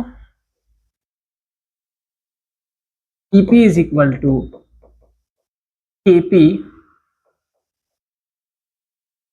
r square की 3/2। क्या हो गया? आर स्क्वायर की 3/2। 2 कर दिया, मतलब हो गया KP upon R cube. KP is equal to क्या आया? KP upon R cube. But ये अभी भी स्केलर फॉर्म है। वेक्टर फॉर्म में अगर बात करूं, वेक्टर फॉर्म में बात करूं तो इसकी डायरेक्शन देखनी पड़ेगी। तो इलेक्ट्रिक फील्ड की डायरेक्शन बताओ मेरे को कहां पे है? इलेक्ट्रिक फील्ड की डायरेक्शन ऐसे आ रही है, बोला है ना, देखो ये और ये दोनों मिलके इलेक्ट्रिक फील्ड की डायरेक्शन ये रही, ये प्लस। पर डाइपोल मोमेंट की डायरेक्शन बताओ। डाइपोल मोमेंट की डायरेक्शन हमेशा नेगेटिव से पॉजिटिव होती है, ये रही, यहाँ पे माइनस क्यू और यहाँ पे प्लस क्यू, ऐसे रहेगी डाइपोल मोमेंट की डायरेक्शन। दोनों एक दूसरे से कैसे हैं बेटा? अपोजिट है। कैसे हैं? अपोजिट है। अपोजिट होने की वजह से क्या लग जाएगा बेटा? माइनस लग जाएगा। क्या लगेगा बेटा? माइनस साइन लगेगा। यहाँ पे माइनस साइन क्या इंडिकेट करता है? इलेक्ट्रिक फील्ड से डाइपोल मोमेंट से अपोजिट, डाइपोल मोमेंट की जो डायरेक्शन है उससे कैसे अपोजिट डायरेक्शन में इलेक्ट्रिक फील्ड होती है। और यहाँ पे क्या रहेगा? यहाँ पे तो वेक्टर लगा दोगे, सेम ही आंसर आएगा। वेक्टर सेम ही रहेगा यहाँ पे, क्योंकि यहाँ पे डाइपोल है ऐसे और इलेक्ट्रिक फील्ड भी ऐसे ही है। बोलो क्लियर है? बोलो हाया ना। चलिए अब हम आगे बढ़ते हैं, तो हमारा नया टॉपिक आएगा। हाँ, ये नोट एक बार कर लीजिएगा बेटा। एक्सिस पे जो इलेक्ट्रिक फील्ड होती है और इक्वेटर पे जो इलेक्ट्रिक फील्ड होती है, एक्सिस पे जो इलेक्ट्रिक फील्ड होती है वो इक्वेटर की कंपेयर में कैसी होती है बेटा? डबल होती है। कैसी होती है? डबल होती है। मतलब एक्सिस पे अगर बात की जाए तो फॉर्मूला होता है 2kp/r³ और इक्वेटर पे जो होता है kp/r³। kp/r³ और अगर वेक्टर लगा दिया जाए तो माइनस लग जाएगा और वेक्टर लगा दिया जाए तो यहाँ पे कुछ नहीं होगा। बोलो क्लियर है? चलो नेक्स्ट। हाँ, टॉर्क वाला। टॉर्क का फॉर्मूला होता है पीई साइन थीटा। एग्जाम में बहुत बार आता है बेटा 2 मार्क्स में, और इसे नोट करके चलना, बहुत अच्छा मजेदार है। देखो जैसे ये इलेक्ट्रिक फील्ड है ऐसे, ये इलेक्ट्रिक फील्ड है ऐसे, ये इलेक्ट्रिक फील्ड, इसमें मैं डाइपोल को रखूं तो आपको ऐसा सोचना है, अभी जो मैं डायग्राम बना रहा हूं ऐसा आपको सिर्फ सोचना है कि मान लो यहाँ पे पॉजिटिव है, ऐसा आपको सिर्फ सोचना है, और मान लो यहाँ पे नेगेटिव है, ऐसा सोचना है। ये पिंक वाला डायग्राम बनाया, ये सिर्फ आपको ऐसा सोचना है, रियल में वहां पे वैसी चीजें नहीं है। ऐसा देखना, इसके बीच में अगर मैं यहाँ पे डायपोल रखूं प्लस क्यू और माइनस क्यू, तो होगा क्या, ये पॉजिटिव पॉजिटिव को रिपेल करेगा या तो नेगेटिव अट्रैक्ट करेगा, मतलब उसको ऐसे फोर्स लगेगी और इसको फोर्स लगेगी ऐसे। इतना समझ में आ गया, उनको ऐसे फोर्स लगने वाली है, पॉजिटिव पे फोर्स लगी ऐसे, नेगेटिव पे फोर्स लगी ऐसे, दोनों फोर्स जो होगा वो सेम होगा। फोर्स की वैल्यू कितनी हो जाएगी, Q इंटू ई फोर्स की वैल्यू होगी। बोलो कोई confusion, force is equal to electric field into charge. अच्छा, तुम्हें भैया क्या निकालना है, तुम्हें निकालना है टॉर्क। क्या निकालना है, टॉर्क। अगर अगर अगर मैं इसके सेंटर को मैं O कह दो, सेंटर को मैं O कह दो, ये डिस्टेंस था तुम्हारा A और ये भी डिस्टेंस तुम्हारा A है, बोला है ना, ये डिस्टेंस कितना है यहाँ पे A, नन, ये डिस्टेंस कितना है यहाँ पे A और यहाँ पे डिस्टेंस A। देखिएगा मजेदार चीज है। अब टॉर्क मतलब होता है, टॉर्क का फॉर्मूला होता है R परपेंडिकुलर F। इतना ही मीनिंग नहीं है, मतलब समझना, एक परपेंडिकुलर डिस्टेंस बनाया जाता है किस पे, फोर्स पे। टॉर्क मतलब होता है एक परपेंडिकुलर डिस्टेंस बनाया जाता है फोर्स पे, मतलब फोर्स जो है ना, या तो फोर्स बना या तो फोर्स की लाइन पे बनाओ। मतलब ये फोर्स की लाइन है, ये एक फोर्स की लाइन है, इस पे परपेंडिकुलर बनाना है। क्या बनाना है, परपेंडिकुलर, बट कहां से, from the axis of rotation. एक परपेंडिकुलर ये रहा, एक परपेंडिकुलर ये रहा, ये है तुम्हारा आर परपेंडिकुलर, इसे कहते हैं आर परपेंडिकुलर। जो टॉर्क में आर परपेंडिकुलर चाहिए ना, वो ये रहा, ये ब्लू कलर की जो लाइन बनाई है ना, ये ऐसी, इसे आर परपेंडिकुलर कहते हैं। ये वाले रेड कलर की लाइन, ये एक आर परपेंडिकुलर, ये एक आर परपेंडिकुलर। डन। ये दो लाइन जो है वो तुम्हें चाहिए थी, ये वाली आर परपेंडिकुलर, इसे मैंने कह दिया थीटा। क्यों थीटा कहा, क्योंकि मैंने यहां पे एंगल थीटा लिया, तो ये भी थीटा हो गया और ये भी थीटा हो गया। थीटा के सामने वाले को हम क्या कहते हैं, साइन थीटा। तो ये हो गया ए का सामने वाला ए साइन थीटा, यहां पे भी क्या हो गया, ए साइन थीटा। मतलब दो टॉर्क लग रहे, टॉर्क 1 और टॉर्क 2। इस पे भी ऐसे टॉर्क लग रहा है घुमाने के लिए, इधर भी ऐसे टॉर्क लग रहा है घुमाने के लिए, दो दो टॉर्क लग रहे हैं। पहले टॉर्क की वैल्यू कितनी आ रही है, force into perpendicular distance, perpendicular distance कितना है, ए साइन थीटा। दूसरा टॉर्क भी क्या है बेटा, force and perpendicular distance, A sine theta. कितनी बार हो गया, दो बार हो गया, मतलब हो गया तुम्हारा 2f a साइन थीटा। कितना हो गया बेटा, 2f a साइन थीटा। चलो अब देखिएगा, f की जगह मैं QE लगा दूं, torque is equal to 2E ना क्यू ए साइन थीटा। अब देखिएगा 2AQ क्या हो जाता है, P हो जाएगा, तो तुम्हारा टॉर्क का फॉर्मूला हो जाएगा PE साइन थीटा। क्या हो गया, PE साइन थीटा। तो net torque is equal to P cross E answer है। क्या आंसर आएगा, P क्रॉस E।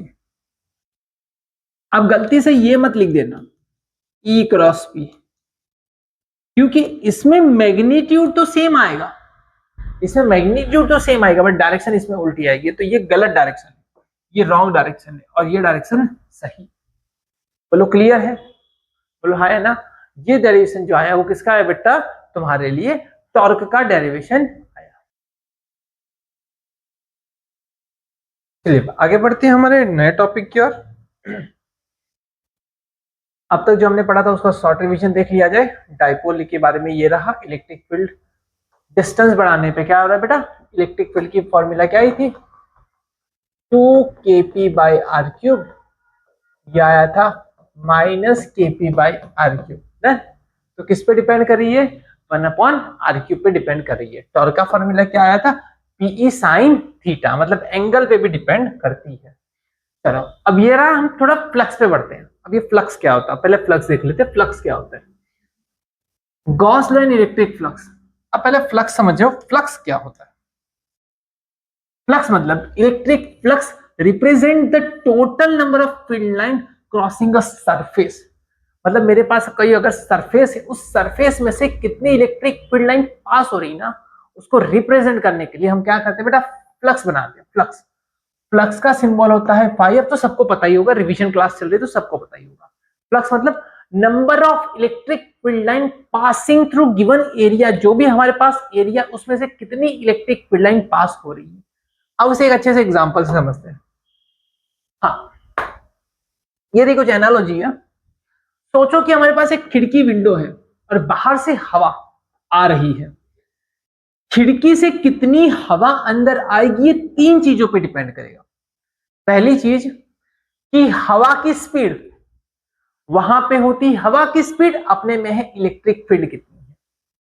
दूसरा, खिड़की का साइज, खिड़की की जो है वो साइज कितनी है वो, और यहां पे उसका एरिया कितना है वो, है ना। चलो, खिड़की किस एंगल पर खुली है वो, मतलब खिड़की जो अगर खुली है ना, तो किस एंगल पे खुली है, और यहां पे हम लेंगे बेटा एंगल थीटा। बोलो क्लियर है। चलो, तो ये सब चीजें मिला के तुम्हारा एक फॉर्मूला बनाओगे कि इलेक्ट्रिक फील्ड पे डिपेंड करता है, हाँ, मतलब फ्लक्स डिपेंड करता है इलेक्ट्रिक फील्ड पे, ओके, एरिया पे डिपेंड करता है, ओके, एंगल पे डिपेंड करता है, ओके।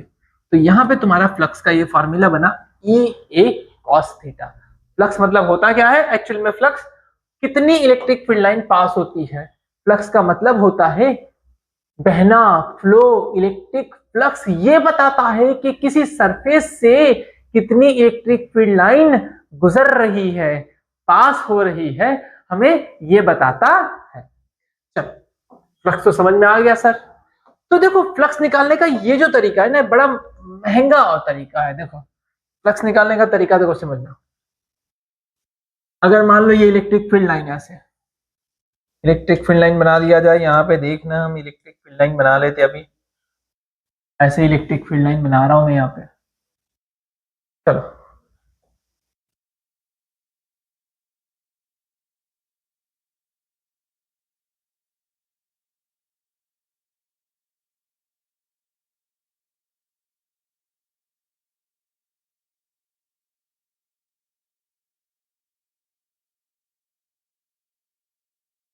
चलो यहाँ पे मैंने इलेक्ट्रिक फील्ड लाइन बना दी। अब देखना, अगर कोई मैं एरिया ऐसे रखूं,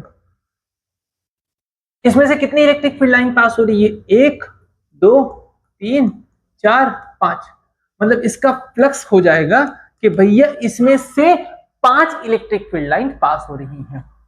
बट अगर अगर अगर मैं इसको ही, इस सीट को, ये जो भी है, इसे मैं से थोड़ा टेढ़ा कर दूं, ऐसे कर दूं, इसे मैं क्या कर दूं बेटा, थोड़ा सा टेढ़ा कर दूं, ऐसे, ऐसा सीधा होने की जगह पे से मैंने टेढ़ा कर दिया। फिलहाल इसका एरिया वेक्टर ये रहा। अब एरिया वेक्टर क्या है तो पता ही होगा, सरफेस को हमेशा परपेंडिकुलर, सरफेस को हमेशा परपेंडिकुलर, जो ऐसे सरफेस है, इस सरफेस को हमेशा परपेंडिकुलर जो निकलता है बेटा, उसे एरिया वेक्टर कहते हैं। अगर सरफेस ऐसा है, सरफेस ऐसा, सरफेस ऐसा ना, सरफेस को हमेशा परपेंडिकुलर रहने वाले एरिया को क्या हम कहते हैं बेटा, एरिया वेक्टर कहते हैं। अगर सरफेस ऐसा टेढ़ा कर दिया, इलेक्ट्रिक फील्ड आ रही थी ऐसे, तो सबसे ज्यादा पास हो रही थी। अब इसको मैंने थोड़ा सा टेढ़ा कर दिया, तो इलेक्ट्रिक फील्ड लाइन इसमें से कम पास होगी, बिकॉज एरिया वेक्टर ये रहा, है ना। मान लो सामने से कोई रेज आ रही, मैंने ऐसे रोक दिया, तो इसमें मैक्सिमम पास हो रहा है, फ्लक्स ज्यादा है, मैक्सिमम है। अब कम हो गया, कम हो गया, कम हो गया, कम हो गया, कम हो गया, फ्लक्स कितना हो गया, 0 हो गया। अगर मैं पूरा ऐसे कर दूं तो कितना हो गया, एरिया वेक्टर ये रहा, इलेक्ट्रिक फील्ड ये रही, दोनों के बीच में एंगल कितना है, 90। यहाँ पे इसका एक्चुअल एरिया वेक्टर बन जाएगा a cos थीटा। क्या बन जाएगा, a cos थीटा। इसे एक्चुअली दो पार्ट में तोड़ा जाएगा, ऐसे दो पार्ट में इसे तोड़ा जाएगा, ऐसे एक एरिया वेक्टर ये रहा और दूसरा ये रहा, ऐसे दो पार्ट में तोड़ा जाएगा। तो ये वाला पार्ट जो होगा वो a cos थीटा हो जाएगा, नीचे वाला जो हो जाएगा वो a sin थीटा हो जाएगा। तो यहाँ पे जो फ्लक्स बनेगा वो फ्लक्स बनेगा बी ई ए, यहाँ पे फ्लक्स बनेगा ई ए मैक्सिमम, और यहाँ पे फ्लक्स बनेगा ई ए cos थीटा बनेगा, और यहाँ पे फ्लक्स बन जाएगा 0, बिकॉज एंगल क्या हो गया, 90। अगर कर्व सरफेस आ गई, मान लो कोई ऐसी कर्व सरफेस है तुम्हारे पास, ऐसी कर्व सरफेस, तो इसका हर जगह पे एरिया वेक्टर अलग है। इधर एरिया वेक्टर ऐसे होगा, ऐसे होगा, ऐसे होगा, ऐसे होगा, हर जगह पे छोटा छोटा एरिया वेक्टर होगा। तो छोटे छोटे एरिया वेक्टर के लिए तुम लोग क्या करोगे बेटा, छोटे छोटे एरिया वेक्टर के लिए तुम यहाँ पे ऐसे डीएल लोगे, फिर यहाँ पे डीएल लोगे, फिर यहाँ पे डीएल लोगे, ऐसे छोटा छोटा फ्लक्स निकालोगे। क्या निकालोगे? इसकी वजह से छोटा सा फ्लक्स, छोटा सा फ्लक्स, छोटा सा फ्लक्स, छोटा सा फ्लक्स, मतलब छोटे छोटे छोटे छोटे बहुत सारे फ्लक्स आएंगे, उसका इंटीग्रेशन करोगे तो फ्लक्स का सर्वगुण संपन्न फॉर्मूला बन गया E डॉट डी। क्या बन गया बेटा फॉर्मूला? E dot D. मतलब ऐसे छोटे छोटा छोटा छोटा छोटा छोटा डीए लूंगा, इंटीग्रेट करूंगा तो तुम्हें टोटल फ्लक्स मिलेगा। पर ये बहुत लंबा मेथड है, इंटीग्रेशन करके बहुत लंबा मेथड है। तो एक साइंटिस्ट है जिनका नाम था गॉस, भाई साहब गॉस लॉ, उन्होंने एक थियरम दिया। ये थियरम सबके लिए नहीं, स्पेशल केस के लिए। इसके लिए पता है? क्लोज बॉडी के लिए है, एनक्लोज बॉडी। इन्होंने क्या कहा? The total electric flux through any closed surface. ये बहुत, एनी सरफेस मत करना, यहाँ पे क्लोज सरफेस होनी चाहिए, ये वर्ड इंपॉर्टेंट है। ये नहीं है तो गॉस लॉ फेल। इसके लिए बेटा close surface is Q divide 1 upon epsilon not times the net charge. मतलब कह रहे हैं फ्लक्स जो है ना वो net charge divide by epsilon not जितना होता है, Q divide by epsilon not जितना होता है। अब इसे थोड़ा प्रूव कर दे, इन्होंने जो कहा था। मान लो गॉस लॉ का प्रूव कर दे। मान लो यहाँ पे कोई कैपिटल, कोई स्मॉल Q चार्ज है, इससे यहां से कुछ डिस्टेंस दूर यहाँ पे इलेक्ट्रिक फील्ड कितनी होगी? Electric field E is equal to K Q by R square होगी, अगर इसकी रेडियस में R मान लो। और इस डिस्टेंस पे मैं एक स्फीयर सोचूंगा, यहाँ पे चार्ज Q है, Q से कुछ डिस्टेंस पे आया, R डिस्टेंस पे, मैं यहाँ पे एक स्फीयर सोच रहा हूं। मैंने क्या सोचा बेटा? एक स्फीयर सोच रहा हूं यहाँ पे। तो सोचो, ये रहा एक स्फीयर। ये एक्चुअल स्फीयर है ना, गॉसियन स्फीयर है। कौन सा स्फीयर है? Gaussian sphere, Gaussian surface. मैंने इमेजनरी सोच रहा हूं। इसकी हर जगह पे, इधर हर जगह पे, इधर भी इलेक्ट्रिक फील्ड ऐसे होगी, इधर इलेक्ट्रिक फील्ड ऐसे होगी, इधर इलेक्ट्रिक फील्ड, इधर इलेक्ट्रिक फील्ड ऐसे होगी। हमेशा जो इलेक्ट्रिक फील्ड होगी ना वो सरफेस से 90 डिग्री होगी। कैसे होगी? सरफेस से 90 डिग्री।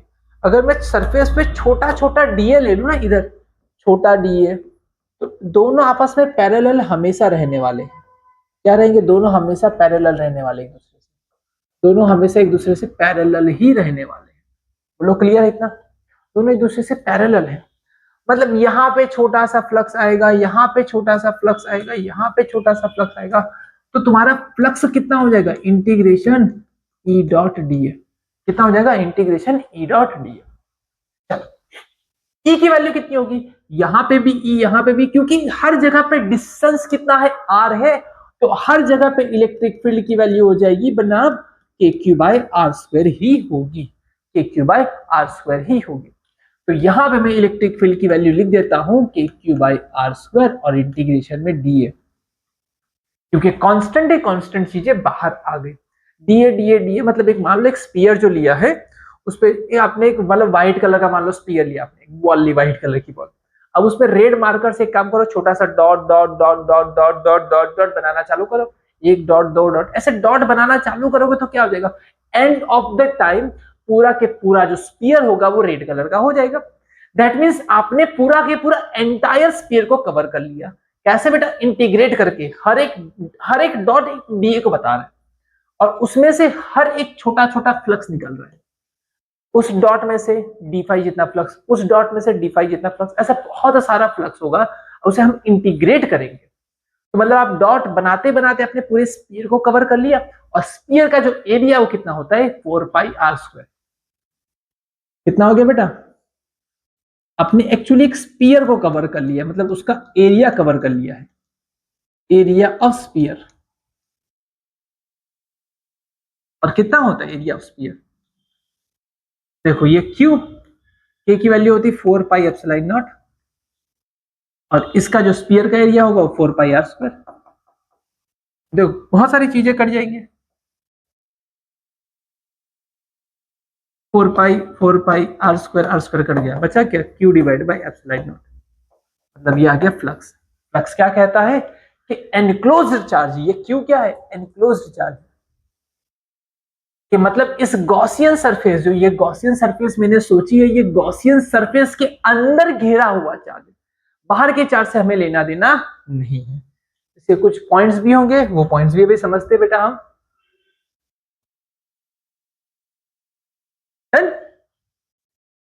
हाँ, अब एनक्लोज चार्ज मतलब क्या हो जाएगा, सिर्फ वही चार्ज को काउंट होगा जो सरफेस के अंदर हो, बाहर वाले चार्ज से टोटल फ्लक्स में कोई फर्क पड़ता नहीं है।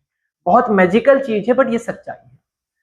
हमें फ्लक्स निकालेंगे तो हम क्या निकालेंगे बेटा, कि उस गॉसियन सरफेस के अंदर के चार्ज को ही हम कंसीडर करने वाले हैं, बाहर के चार्ज को हम देखने वाले भी नहीं है। चलो, शेप डजंट मैटर, मैंने स्फीयर लिया था तभी भी वही आंसर आएगा, मैं क्यूब लू, क्यूबॉइड लू, कोई भी शेप लू, शेप डजंट मैटर। फ्लक्स है ना, फ्लक्स सिर्फ चार्ज पर डिपेंड करता है, सरफेस की शेप स्फेरिकल हो, क्यूब हो या इरेगुलर पाथ पे डिपेंड नहीं करता। बोलो क्लियर है। चलो नेक्स्ट, गॉसियन सरफेस कैसी होती है, गॉसियन सरफेस के बारे में। गॉस लॉ अप्लाई करने के लिए हमें एक इमेजिनरी बंद सरफेस मानते हैं जिसे गॉसियन सरफेस कहते हैं। ये सरफेस ऐसी होनी चाहिए जो चार्ज डिस्ट्रीब्यूशन के सिमेट्रिकल हो। चार्ज डिस्ट्रीब्यूशन के सिमेट्रिकल मतलब कैसी बेटा, कि हम ऐसी लेंगे कि इलेक्ट्रिक फील्ड या तो एरिया को पैरेलल होगी, इलेक्ट्रिक फील्ड और एरिया वेक्टर पैरेलल होगा, या तो हम ऐसी लेंगे इलेक्ट्रिक फील्ड एरिया वेक्टर को परपेंडिकुलर होगी। ऐसे लेंगे या तो इलेक्ट्रिक फील्ड एरिया वेक्टर को परपेंडिकुलर, या तो दोनों होगी, या तो electric field area vector parallel होंगे, या तो electric field area vector perpendicular होंगे, या तो दोनों होंगे, ऐसा हम लेंगे। चलो, अब ये जो है कुछ डेरिवेशंस हैं जो अभी हम उड़ाने वाले हैं, ठीक है। चलो, पहला आएगा इनफाइनाइटली लॉन्ग वायर, इसका ये वाला प्रूफ, फिर ये प्रूफ, फिर ये प्रूफ, फिर ये प्रूफ, फिर एक आएगा स्पीयर का प्रूफ। तो हम तीन डेरिवेशंस को, ये तीन में, लॉन्ग वायर सीट पे, स्फेरिकल सेल आएगा, है ना, और इसमें जितने भी है टॉपिक तुम्हारे खत्म हो जाएंगे। चलो, और बहुत ही इजी है, एक बार सिर्फ आप कॉन्सेप्ट समझ लेना, बहुत ही आसान है, बहुत ही आसान है। देखना, मैं एक वायर लेने वाला हूं, इनफाइनाइटली लॉन्ग वायर, वो भी कैसा बेटा, charge, infinitely long charge wire. देखना, एक जो वायर है इसकी जो लंबाई है ना, वो मैंने कह दिया कैपिटल एल, काफी लंबा है। एक्चुअली रियलिटी में इन्फिनिटी जैसा कुछ होता नहीं है, कहने की बात है, इन्फिनिटी होता है। जैसे अभी ये बॉर्ड जो है, बॉर्ड को मैं देख रहा हूं, दूर से देख रहा हूं ना, तो इसकी एंड मुझे दिखाई दे रहे, लेकिन एकदम पास में से जाऊंगा ना तो इसकी मुझे एंड देखना में बहुत दिक्कत होगी। जैसे कोई मान लो एक आप 50 मीटर की कोई वॉल के पास आप खड़े हो, दूर जाके देखोगे, मान लो मेरे सामने 50 मीटर की वॉल है, दूर से मैं देख रहा हूँ दिखाई दे रही है, एकदम पास में जाके देखोगे तो क्या दिखाई देगा, उसका एंड आपको नहीं दिखाई दे रहा है। मतलब आपको आंखों से जब किसी चीज का एंड ना दिखाई दे, कोई चीज ना दिखाई दे, तो हम उसे मान लेते हैं हमारी आंखों के लिए वो इन्फिनिटी हो गया। उसी तरीके से ये डिस्टेंस काफी बड़ा हो गया है, ये डिस्टेंस काफी बड़ा है, और इससे एकदम पास में ही किसी पॉइंट पे मुझे इलेक्ट्रिक फील्ड निकालनी है। क्या निकालनी, इलेक्ट्रिक फील्ड। मतलब यहाँ पे आर बहुत छोटा है और लंबाई बहुत बड़ी है, लंबाई बहुत बड़ी है, इसके लिए कहेंगे हम इसे इन्फिनिटी। क्लियर है। चलो, मैंने क्या किया, मैंने इस जगह पे अगर इलेक्ट्रिक फील्ड निकालनी थी, इस जगह पे अगर इलेक्ट्रिक फील्ड निकालनी थी, तो मैंने क्या किया, यहाँ पे एक गॉसियन सरफेस लूंगा। क्या लूंगा, गॉसियन सरफेस। देखो मेरा जुगाड़ देखना, मैंने एक सिलिंड्रिकल गॉसियन सरफेस ली, जुगाड़ समझना, सिलिंड्रिकल गॉसियन सरफेस ली। सर ऐसा क्यों, ध्यान से देखना, ये जो वायर है इसमें से इलेक्ट्रिक फील्ड निकल रही होगी, ऐसे इलेक्ट्रिक फील्ड ऐसे निकल रही होगी, यहां पे भी निकल रही होगी, यहां पे भी ऐसे निकल रही होगी, यहां पे भी ऐसे निकल रही होगी। देखना अभी हर जगह पे देखना, एरिया वेक्टर को पकड़ना, एरिया वेक्टर को देखना। अब ये जो वायर है, समझना, ये वायर है, एक वायर बीच में रखो, मान लो ये वायर है, इस वायर के आसपास में ऐसे गॉसियन सरफेस ले, ऐसे सिलिंड्रिकल फॉर्म में, ऐसे सिलिंड्रिकल फॉर्म में। तो अब ये जो वायर होगा, ये वायर, अंदर जो वायर रखा था, ये वायर ऐसे है, तो इसके अंदर से क्या करेगा, ये इलेक्ट्रिक फील्ड निकालेगा, ऐसे ऐसे ऐसे ऐसे। हर डायरेक्शन में डुम डुम डुम डुम, ऐसे हर डायरेक्शन में इलेक्ट्रिक फील्ड को ऐसे ऐसे निकालेगा वो। और उसके पास आपने एक सिलेंडर सोच रखा है, मतलब इलेक्ट्रिक फील्ड ऐसे निकाला, सिलेंडर भी सामने, इलेक्ट्रिक फील्ड इधर निकाला, सिलेंडर भी सामने, इलेक्ट्रिक फील्ड इधर निकाला, सिलेंडर भी सामने।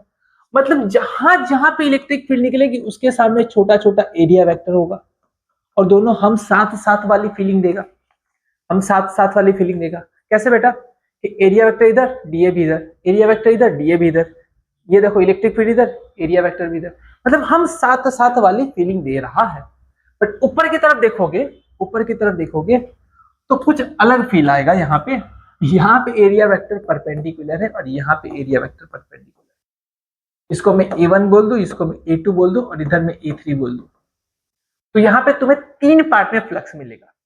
यहाँ पे फ्लक्स मिलेगा फ्लक्स 1, यहाँ पे फ्लक्स 1, यहाँ पे फ्लक्स 2 और यहाँ पे फ्लक्स 3।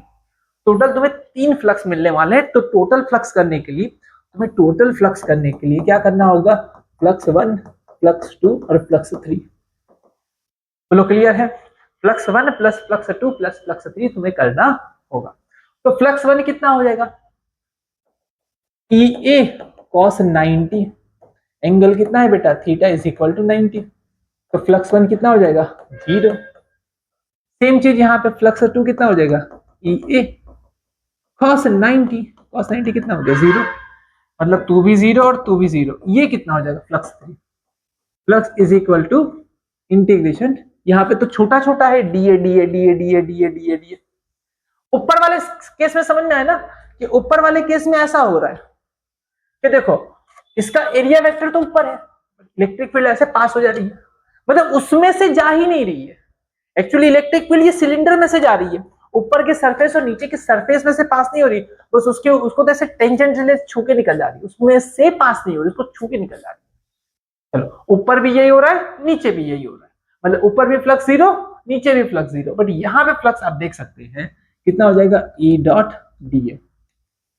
डीए क्या होता है बेटा, एरिया है ना, area of curve surface of cylinder, area of CSA of cylinder, CSA of cylinder. Cylinder का CSA कितना होता है, 2 पाई RH। अगर ये R डिस्टेंस है और इसकी हाइट को मैं H कह दूं या L कह दूं, L ले लो चलो, तो क्या हो जाएगा यहाँ पे E इंटू 2 पाई RL, ये हो गया फ्लक्स 3। तो टोटल फ्लक्स कितना हो गया, ये 0 और ये कितना हो गया, E इंटू 2 पाई RL। तो टोटल फ्लक्स हो गया E into 2 pi RL is equal to total flux. Total flux इतना बन रहा है, बोलो कोई confusion, total flux is equal to इतना बना। ये जो भी मेथड मैंने लगाई है, कौन सी मेथड लगाई है बेटा, अपना एकदम देसी जुगाड़, एकदम कि भैया पूरी मेहनत करके इंटीग्रेशन करके पूरा आंसर निकालो एकदम। लेकिन एक मैजिकल फॉर्मूला है, उस मैजिकल फॉर्मूला का नाम क्या है, गॉस लॉ। क्या है बेटा, गॉस लॉ। गॉस भाई साहब क्या कहते हैं, फ्लक्स निकालने का सबसे आसान तरीका, क्या करो, क्यू एनक्लोज्ड, क्या करो, Q enclosed divide by epsilon not कर दो। क्या करो, Q enclosed divide by epsilon not कर दो।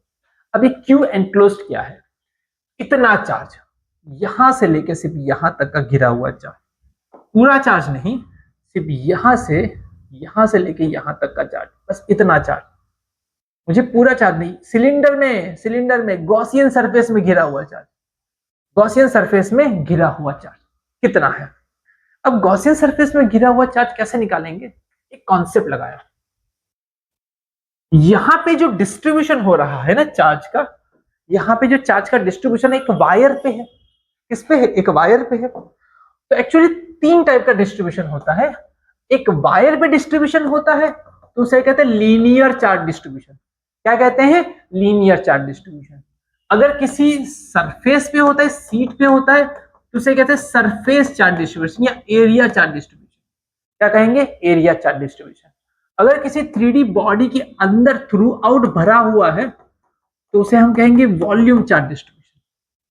मतलब क्या कहेंगे, इतना चार्ज इतनी लंबाई में, इतना चार्ज इतने एरिया में, इतना चार्ज इतने एरिया में, और इतना चार्ज इतने वॉल्यूम में। इतना चार्ज इतनी लंबाई में, इतना चार्ज इतनी एरिया में, इतना चार्ज इतनी वॉल्यूम में। इसे कहेंगे हम linear charge density which is equal to lambda is equal to Q by L। इसे कहेंगे हम लीनियर चार्ज डेंसिटी। इतना चार्ज इतनी लंबाई पे रखा है। यहां पे आएगा सिग्मा। क्या आएगा? सिग्मा। सिग्मा मतलब क्या होगा कि सरफेस चार्ज डेंसिटी। क्या होगा? Surface charge density. मतलब इतना चार्ज इतने एरिया में, इतना चार्ज इतने एरिया में। यहां पे आएगा रो। मतलब इतना चार्ज इतने वॉल्यूम में है। इसे कहेंगे वॉल्यूम चार्ज डेंसिटी, इसे कहेंगे सरफेस चार्ज डेंसिटी, इसे कहेंगे हम लीनियर चार्ज डेंसिटी। तो अब मुझे आप लोग बताइए कि यहाँ पे जो डिस्ट्रीब्यूशन है वो कैसा है? लीनियर है, सरफेस या एरिया है? सॉरी, लीनियर सरफेस मतलब वही एरिया या वॉल्यूम, मुझे बताइए। तो यहाँ पे जो है वो चार्ज है वो लीनियर चार्ज डिस्ट्रीब्यूशन है। कैसा है? लीनियर चार्ज डिस्ट्रीब्यूशन है। तो मैं यहाँ पे लिख सकता हूं lambda is equal to, lambda मतलब क्या? इतना चार्ज इतनी लेंथ में। मैंने बोल दिया भाई तेरे पास था कैपिटल Q जितना चार्ज था, वो तेरी भाई लंबाई जो थी ना वो कैपिटल L थी। तेरी टोटल लंबाई है ना बहुत बड़ी है, कैपिटल L है। इतना चार्ज इतनी लंबाई में था। तो उसी साथ में लैम्बडा को मैं ऐसे भी लिख सकता हूं कि भाई तेरे बारे में बोला जाए ना तो तेरे पे जो चार्ज है ना वो मान लो Q है। Q एनक्लोज को मैं बोल देता हूं Q। कितना है? Q। अच्छा, तेरे अंदर कितना चार्ज है? Q चार्ज है। तो तेरी लंबाई कितनी है? L। मतलब इतनी लंबाई में इतना चार्ज, तो इतनी लंबाई में इतना चार्ज, इतनी लंबाई में कैपिटल Q चार्ज, तो इतनी छोटी सी लंबाई में छोटा सा चार्ज। समझ में आ गया? L को यहां भेज दो तो तुम्हारा lambda into L is equal to क्या हो गया? Q। वैल्यू डाल दो, है ना? Q की जगह पे क्या आ जाएगा? Lambda into L divide by epsilon naught. अब तुम्हारा आंसर ही आंसर। तरीका क्या था? पहले आप एकदम देसी जुगाड़ वाला, जो एकदम बड़ी मेहनत वाला काम है ना, उससे इंटीग्रेशन वगैरह करके आप टोटल फ्लक्स निकाल लोगे। मैंने निकाला। सेकंड क्या करोगे? गॉस लॉ लगाओगे। गॉस लॉ पे क्या लगेगा? या तो लीनियर चार्ज डिस्ट्रीब्यूशन, या तो सरफेस चार्ज डिस्ट्रीब्यूशन, या तो वॉल्यूम चार्ज डिस्ट्रीब्यूशन। वहां से मुझे क्यू एनक्लोज निकालना है। क्या निकालना है? सिर्फ और सिर्फ क्यू एनक्लोज। गॉस लॉ में आपको बस एक ही काम करना है, क्यू एनक्लोज निकालना है। क्या निकालना है? Q enclose. अगर एक बार आपने क्यू एनक्लोज निकाल लिया, कितना आ रहा है? Lambda into L, lambda into L. बस ये भी फ्लक्स का फॉर्मूला और ये भी फ्लक्स का फॉर्मूला, दोनों को हम कंपेयर कर लेंगे। बस तुम्हारा आंसर आ गया, तुम्हारा आंसर आ गया। आओ कंपेयर करें। Equation 1 is equal to equation 2। ये क्या कहता है? E into 2 pi R L, 2 pi R L. और ये क्या कहता है? Lambda L divided by epsilon naught. क्या कटेगा? एल एल कट जाएगा। आंसर आ गया है, बस इतना ही है। पहले क्या करना है? बड़ी मेहनत से इंटीग्रेशन डिफरेंशिएशन करके, इंटीग्रेशन वाला करके क्या लाना है? एक फ्लक्स लाना है। दूसरा गॉस भाई का शॉर्टकट फ्लक्स। दोनों को क्या कर देना है? मिक्स कर देना है, कंपेयर कर देना है। बस तुम्हारा खेल खत्म। 2 पाई आर नीचे, E is equal to lambda 2 pi R और एप्सिलॉन नॉट। अब ये वाला फॉर्मूला ना पढ़ने में थोड़ा अजीब लग रहा था। ऐसा आंसर यहाँ पे लाके छोड़ दो कि तुम्हारा आंसर आ गया है, लेकिन रटने में और पढ़ने में थोड़ा अजीब लग रहा था, क्योंकि फॉर्मूला तो रटना ही पड़ता है।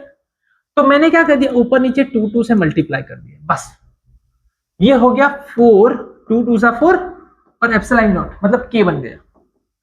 नीचे हो गया ना 4 पाई एप्सिलॉन नॉट, तो के बन गया। तो हो गया 2 अपनी जगह पे, लैम्बडा अपनी जगह पे, और के आ गया ऊपर। तो क्या हो गया? 2k lambda by R, 2k lambda by R. ये तुम्हारा पहला डेरिवेशन था। कितनों को एकदम अच्छे से क्लियर है? चलिए अब आगे बढ़े।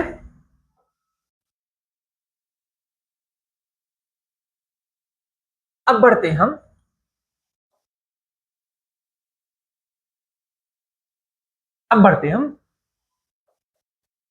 Second distribution. मान लो एक सीट है, इनफाइनेटली लॉन्ग सीट है, कोई सीट है, ये कोई सीट है ऐसे, इस पे सीट पे चार्ज है, लंबी है, काफी लंबी है।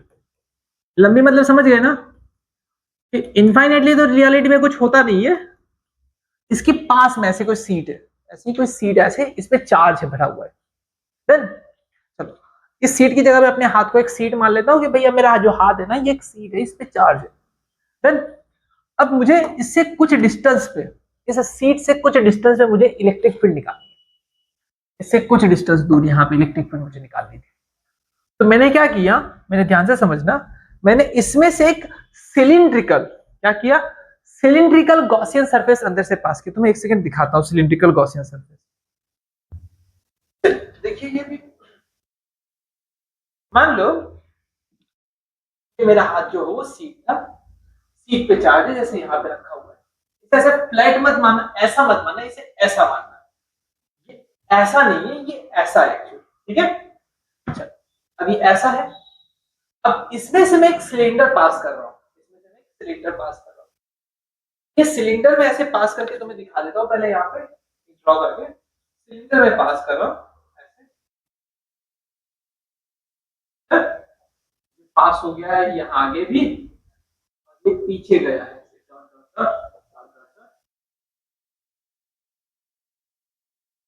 सिलेंडर ले लिया मैंने, ये सिलेंडर पास हो, इसकी वजह से जो इलेक्ट्रिक फील्ड बन रही है वो पहले बताओ, इसकी वजह से जो इलेक्ट्रिक फील्ड बन रही थी वो बताओ पहले। इलेक्ट्रिक फील्ड होगी ना ऐसे आगे की तरफ, इधर भी इलेक्ट्रिक फील्ड ऐसे होगी, इधर भी इलेक्ट्रिक फील्ड ऐसे होगी, इधर भी इलेक्ट्रिक फील्ड ऐसे होगी। यहाँ पे तो सरफेस को छू के नहीं चली जाएगी क्या? देखो इलेक्ट्रिक फील्ड जाएगी ना ऐसे, देखो इसमें से पास करेगी, इसमें से पास करेगी, देखो इसमें से पास कर रही है, हाँ, इसमें से पास कर रही है। ये जो गोलाई वाला जो होगा कर्व सरफेस एरिया, इसमें से पास नहीं करेगी। देखो ये जो होगा तो अंदर से पास कर जाएगी, इधर भी अंदर से पास कर जाएगी और इधर भी अंदर से पास कर, लेकिन ये जो कर्व सरफेस होता है तो इसे छू के निकल जाएगी, छू के निकल जाएगी। क्लियर है? अब अगर आप तुम सामने से देखो, सामने से देखो ये सीट पे कितने एरिया में से इलेक्ट्रिक फील्ड पास होगी। अगर आपको साहब इतना ही एरिया दिया गया तो इसका एरिया कितना हो जाएगा, पाई आर स्क्वायर। पाई आर की जगह में ए कह दिया, एरिया कितना है, ए इज इक्वल टू,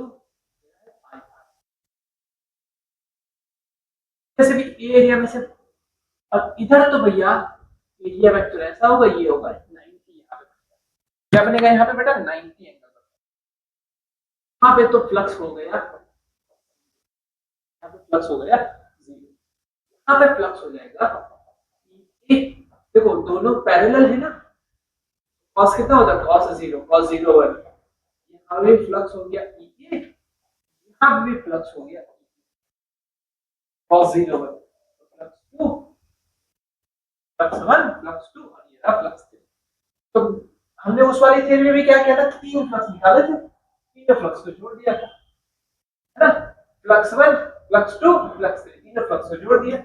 और यहाँ पे भी हम यही करने वाले हैं, फ्लक्स 1, फ्लक्स 1, फ्लक्स 2 और फ्लक्स 3, तीनों फ्लक्स को क्या करेंगे, जोड़ देंगे, कितना लिख देंगे बेटा, तो टोटल फ्लक्स क्या हो जाएगा, total flux equal to flux 1 flux 2 zero, मतलब कितना हो गया 2e, कितना हो गया 2e, टोटल कितना फ्लक्स मिल रहा है। तो कोई कंफ्यूजन, एक देसी तरीके से तो निकाल लिया, अब थोड़ा विलायती तरीका लगा ले, गॉस भाई का तरीका लगा ले। गॉस भाई साहब क्या कह रहे हैं, गॉस भाई साहब हमें ये कह रहे हैं कि आप अगर गॉस लॉ लगाते हो तो आपका आंसर आएगा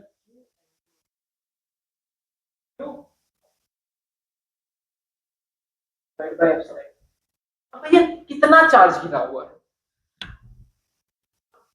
पूरी सीट में चार्ज था, आपने कितना सिलेंडर पसार किया, ये सिलेंडर पास हो गया अंदर से, तो आपने कितना सरफेस को कवर किया, सिर्फ और सिर्फ ये डॉट है ना, इतने ही एरिया इसमें से पास हुआ है, तो मतलब आपने सिलेंडर से कितना ही एरिया को कवर किया, कितना ही, इसका एरिया कितना हो जाएगा, एरिया कितना हो गया, इतना ही एरिया को आपने कवर करा।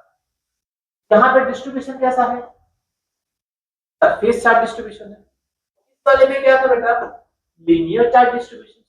मैंने क्या बोला था, इतना सारा चार्ज इतनी सारी लेंथ पे, और इतना छोटा सा चार्ज छोटी सी लेंथ पे, छोटा सा चार्ज छोटी सी लेंथ पे, बड़ा चार्ज बड़ी लेंथ में, तो यहाँ पे भी सेम कॉन्सेप्ट लगाएंगे। कॉन्सेप्ट क्या लगेगा बेटा, इतना सारा चार्ज, इतना सारा चार्ज, इसी एरिया में मैंने बोला बड़ा सा एरिया को मैंने ए डैश बोल दिया। क्या बोल दिया कि भाई तेरे पास चार्ज क्यू और तेरा एरिया ए डैश है, इतना सारा चार्ज इतनी सारी एरिया में। फिर उसी तरीके से मैं सिग्मा को ऐसे भी तो लिख सकता हूँ, सिग्मा को मैं ऐसे भी तो लिख सकता हूँ, क्या लिख सकता हूँ, इतना इसमें छोटा सा चार्ज क्यू नॉट बोल दूं, क्यू बोल दूं, हमने यहाँ बोला था क्यू डिवाइड बाय एप्सिलॉन। तो कितना चार्ज है, क्यू चार्ज है, इतने छोटे एरिया में ए जितनी एरिया हो गया। यहाँ पे क्यू क्या आ जाएगा, sigma A, sigma into A is equal to, वहां पे कितना आया था लैम्बडा इनटू एल आया था, यहाँ पे सिग्मा इनटू ए आ गया, बस आंसर आ गया, sigma A divide by epsilon not. ये फ्लक्स का एक तरीका, ये फ्लक्स का दो तरीका, आपको बताओ क्या करना होगा, बस कंपेयर कर लो, ये रिलेशन 1 ये रिलेशन 2, दोनों को कंपेयर मान ले भैया, तुम और तुम दोनों बराबर हो, तू है ए और तू भाई कह रहे हो sigma A divide by A स्वाहा, तू नीचे चला, plane is equal to sigma divide by 2 epsilon. बोलो इतना क्लियर है, बोलो हां या ना, ये तो एक हमारी इलेक्ट्रिक, बोलो क्लियर है।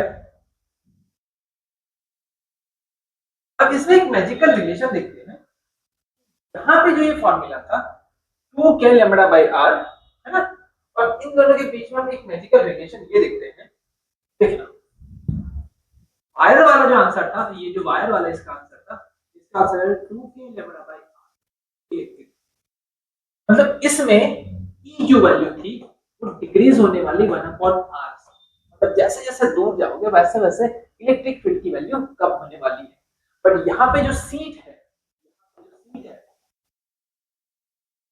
जो इलेक्ट्रिक फील्ड बन रही है वो सिग्मा डिवाइड बाय 2 कोई चीज वेरिएबल है ही नहीं, ये जो इलेक्ट्रिक फील्ड बन रही है वो कैसे बन रही है, कंडीशन क्या है, कंडीशन ये सीट कैसे होनी चाहिए, कैसे होनी चाहिए, इनफाइनाइटली लो, अब बड़ी सीट होनी चाहिए, सीट बड़ी है और डिस्टेंस छोटा होना चाहिए ना, मतलब ये जो डिस्टेंस है, ये जो डिस्टेंस है ये बड़ी सीट से कुछ डिस्टेंस तक ही इलेक्ट्रिक फील्ड यूनिफॉर्म रहती है, लॉन्ग डिस्टेंस पे इलेक्ट्रिक फील्ड यूनिफॉर्म नहीं रहेगी, ये भी दिमाग में स्टोर करके चलिए।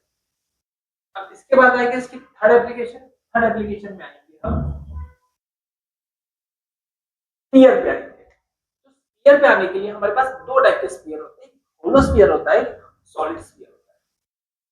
होलो स्फीयर और सॉलिड स्फीयर में आने से पहले हम एक अलग टाइप की चीजें पढ़ेंगे, जहां पढ़ेंगे कंडक्टिंग मटेरियल क्या होता है, नॉन कंडक्टिंग मटेरियल क्या होता है। अब पहले डिफरेंशिएट करते हैं कंडक्टिंग मटेरियल,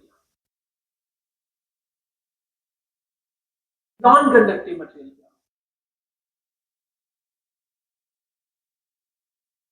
देखो कंडक्टिंग मटेरियल मतलब क्या होगा, ध्यान से समझना, ऐसा मटेरियल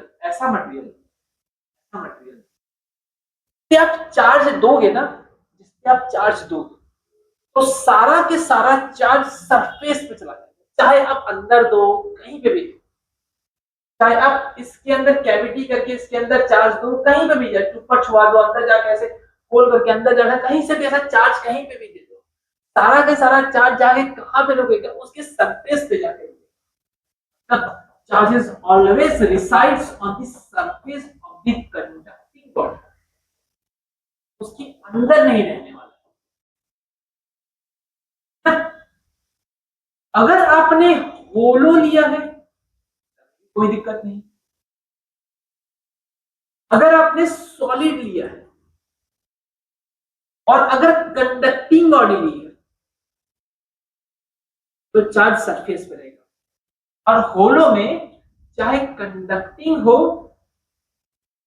चाहे नॉन कंडक्टिंग हो, कोई फर्क नहीं पड़ेगा, होलो है ना, अंदर से तो खाली है, चार्ज सरफेस पे ही रहने वाला, चाहे कंडक्टिंग हो चाहे नॉन कंडक्टिंग हो। पर जब बात आएगी सॉलिड की तो चार्ज सरफेस पे चला गया, अंदर नहीं रहा, मतलब इन तीनों केस में एक सोल्यूशन है, चाहे होलो हो, कंडक्टिंग और नॉन कंडक्टिंग हो, चार्ज सरफेस पे रहेगा। और सॉलिड अगर है, और सॉलिड में भी कौन सा, कंडक्टिंग है तो चार्ज कहां पे रहेगा, सरफेस पे रहेगा। बट अगर अगर अगर नॉन कंडक्टिंग सॉलिड है, नॉन कंडक्टिंग सॉलिड है, एक स्पेशल केस, तो चार्ज कहां पे रहेगा, चार्ज कहां पे रहेगा, थ्रू आउट दी वॉल्यूम पे रहेगा, सरफेस के साथ साथ, सरफेस के साथ साथ पूरा भरा हुआ होगा। मतलब यहां पे मिलेगा तुम्हें सिग्मा, इतना चार्ज इतने एरिया पे, यहां पे मिलेगा तुम्हें रो, इतना चार्ज इतने वॉल्यूम। क्या मेरी बात एकदम क्लियर है? यहां पे मिलेगा तुम्हें सिग्मा और यहां तो मिलेगा तुम्हें रो, इतना चार्ज इतने एरिया पे और इतना चार्ज इतने वॉल्यूम। तो मैं अभी कराऊंगा इसकी एप्लीकेशन नंबर 3 कॉस्ट लो की, ये वाला डेरिवेशन कराऊंगा पहले, इसके बाद ये वाला डेरिवेशन कराऊंगा, तुम्हारा चैप्टर होगा। क्लियर है? चलो इस डेरिवेशन की ओर बढ़ते हैं। देखो अब मैं हेडिंग नहीं लगाऊंगा, वही वाला होलो स्फीयर है, मतलब चार्ज सरफेस पर रहने वाला है, चार्ज सरफेस पर रहने वाला है, ऐसा चार्ज अंदर बिल्कुल नहीं रहेगा। तीन पॉसिबिलिटी थी, मैंने दिखा रखी है इसमें से, इसको कॉपी कर लेना यहां पे। मान लो इसकी रेडियस है r, इसकी रेडियस है बेटा r। अब देखिएगा,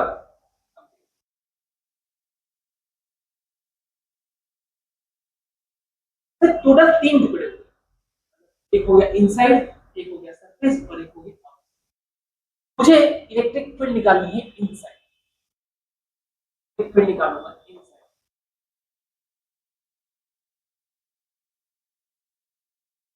निकालूंगा आउटसाइड, साइड और आउटसाइड को कनेक्ट करने के लिए मैं निकालूंगा सरफेस। समझ में? मैं क्या करूंगा, ये जो स्फीयर है, स्फीयर के अंदर एक गॉसियन सरफेस, ये मेरा स्फीयर था,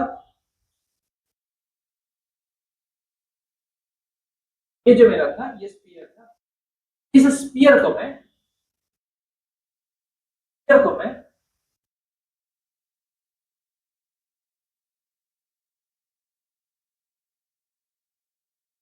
आउटसाइड में दो पार्ट में तोड़ने वाला हूं। देखो इनसाइड में क्या करूंगा, मैं इनसाइड में एक स्फेरिकल सरफेस सोचूंगा, एक स्फेरिकल सरफेस सोचूंगा। मेरे पास एक मान लो एक स्फेरिकल सरफेस, एक गॉसियन सरफेस, कैसा गॉसियन सरफेस, और आउटसाइड में भी मैं एक ऐसा की रेडियस में मान लेता हूं स्मॉल आर और इसकी रेडियस में मान लेता हूं स्मॉल आर। डन। इसकी कैलकुलेशन में क्या आएगा, इलेक्ट्रिक फील्ड तो सिर्फ बाहर ही निकल रही होगी,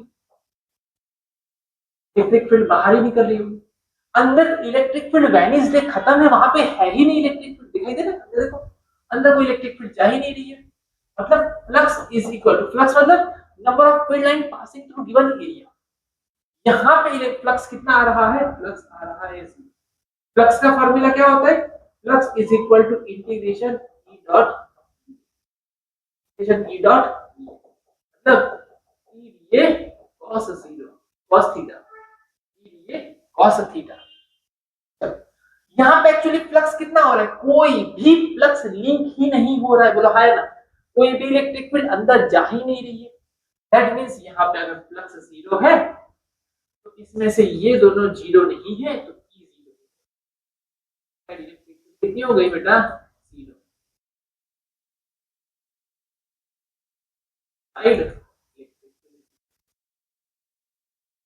अब चलो आउटसाइड के बारे में बात करते हैं। आउटसाइड देखना, इलेक्ट्रिक फील्ड निकली ऐसे, इलेक्ट्रिक फील्ड निकली ऐसे, इलेक्ट्रिक फील्ड निकली ऐसे, इलेक्ट्रिक फील्ड निकली ऐसे, इलेक्ट्रिक फील्ड निकली ऐसे। हर जगह पे जहां जहां आपकी नजर जा रही है, आप मेहनत कर रहे हो, हर जगह पे देखोगे तो एरिया वेक्टर इलेक्ट्रिक फील्ड हमेशा हम साथ साथ वाली फीलिंग दे रहा है। कौन सी फीलिंग दे रहा है बेटा, हम साथ साथ वाली फीलिंग दे रहा है। मतलब आपका फ्लक्स कितना होगा, फ्लक्स का फॉर्मूला होता है इंटीग्रेशन, ये हर जगह पे इलेक्ट्रिक फील्ड भी बराबर है और डीए भी बराबर है, DA DA DA DA dA, तो इसका आंसर हो जाएगा E constant, dA DA DA DA dA क्या हो जाएगा, integration of this surface, Gaussian surface है ना, गॉसियन सरफेस का एरिया, गॉसियन सरफेस को मैं जीएस कहता हूँ और एरिया को मैं ए कहता हूँ। गॉसियन सरफेस का एरिया, गॉसियन सरफेस का एरिया क्या हो जाएगा बाई आर स्क्वायर। क्या हो जाएगा, गलती यहाँ पे मत करना, स्मॉल आर स्क्वायर लिखो, ये गलती क्लियर है। फ्लक्स का दूसरा तरीका क्या होता है, Q enclose divide by epsilon. क्या हो रहा है, Q enclose divide by epsilon. देखना इस वाले केस में तो बिल्कुल कोई भी चार्ज अंदर एनक्लोज ही नहीं था। यहाँ पे तो क्या था, फ्लक्स का दूसरा फॉर्मूला था Q enclose divide by epsilon not, अंदर कोई चार्ज एनक्लोज है ही नहीं, जीरो आ गया था।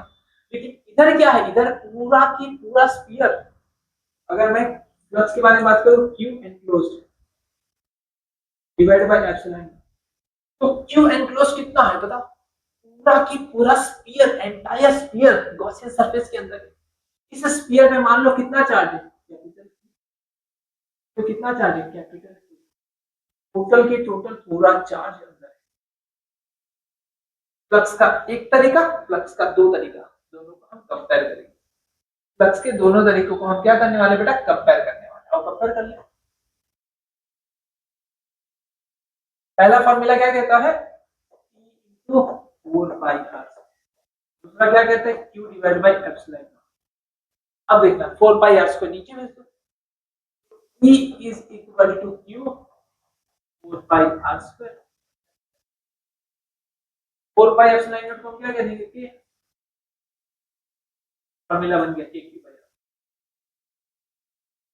मेहनत के बाद भी फॉर्मूला कौन सा आ रहा है, Q बाय। मीनिंग समझना, फिर से ध्यान से सुनना।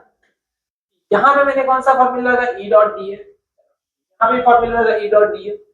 यहाँ का इस तरफ का सॉल्यूशन नहीं कर पा रहे थे, इधर भी इस तरफ का सॉल्यूशन हो गया E2 4 pi r स्क्वायर। तो इधर देखिएगा, इधर एक्चुअली कोई भी चार्ज इस गॉसियन सरफेस के अंदर एनक्लोज नहीं है। यहाँ पूरा के पूरा एंटायर स्फीयर अंदर एनक्लोज्ड है, एंटायर स्फीयर अंदर एनक्लोज्ड है। टोटल चार्ज कितना हो गया, क्लियर है। Q divide by epsilon not, और ये दोनों कंपेयर कर लिया, 4 pi स्क्वायर नीचे चला गया और K बन गया, इज इक्वल टू Q बाय r। ये वाला डेरिवेशन ना आउटसाइड वाला, नेक्स्ट में भी सेम टू सेम, नेक्स्ट अभी कराऊंगा ना सॉलिड स्फीयर वाला, उसमें भी ये सेम टू सेम, फर्क आएगा ना इनसाइड का। क्या आएगा, फर्क इनसाइड में आएगा। अगर मैं सॉलिड का कराऊं, सॉलिड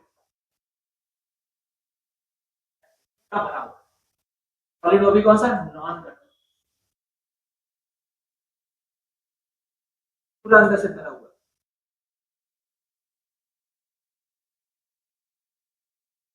अब इसके रेडियस हम r मान लेते हैं। अब इसके इनसाइड में अगर बात करें, इसके इनसाइड में अगर हम बात करें, साइड में क्या होगा पता है,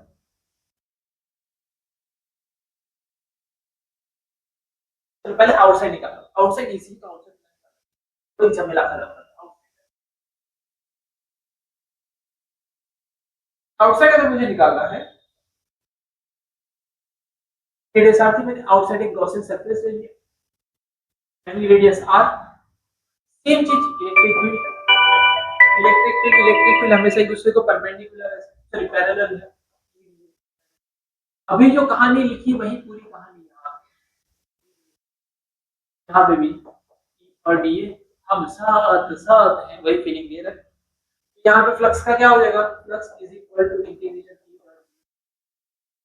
बाहर आ गया, डी का आंसर कितना आएगा, गॉसियन सरफेस का एरिया चलेगा, जीएस है गॉसियन सरफेस का एरिया। गॉसियन सरफेस का एरिया कितना हो जाएगा बेटा, 4 pi r square is equal to flux is equal to E into 4 pi r square. तब देखा जाए तो Q एनक्लोज कितना है भैया, कि भैया इसमें सारा के सारा चार्ज, पूरा के पूरा स्फीयर एनक्लोज है, पूरा के पूरा स्फीयर एनक्लोज है, सारा का सारा चार्ज। इसके चार्ज कितना था, कितना चार्ज है पूरा के पूरा, दोनों को कंपेयर मान लो, दोनों को कंपेयर किया जाए तो कंपेयर हो जाएगा। अगर दोनों को मैं कंपेयर करूं तो कितना हो जाएगा, 4 पाई r स्क्वायर, पाई r स्क्वायर, और यहाँ पे Q डिवाइड बाय एप्सिलॉन देखो सेम टू सेम क्या चला जाएगा पाई आर स्क्वायर और एप्सिलॉन का हो गया कि इक्वल टू ये कौन सा बेटा आउटसाइड का ओ लिख दो आउटसाइड का लिख दो ओ मतलब आउटसाइड की जो इलेक्ट्रिक फील्ड है वो 1/r² है आउटसाइड की इलेक्ट्रिक फील्ड क्या है 1/r² है पिछले वाले केस में भी यही था आउटसाइड की इलेक्ट्रिक फील्ड जो थी वो ओ ऐसा बेटा 1/r² आउटसाइड साइड की कितनी थी अब यहाँ पे जो है ये वाले में इनसाइड निकालने में ही जो है वही मजा देखो लेते हैं बेटा इलेक्ट्रिक इनसाइड में निकालते हैं समझ इनसाइड निकालने का खेल पूरा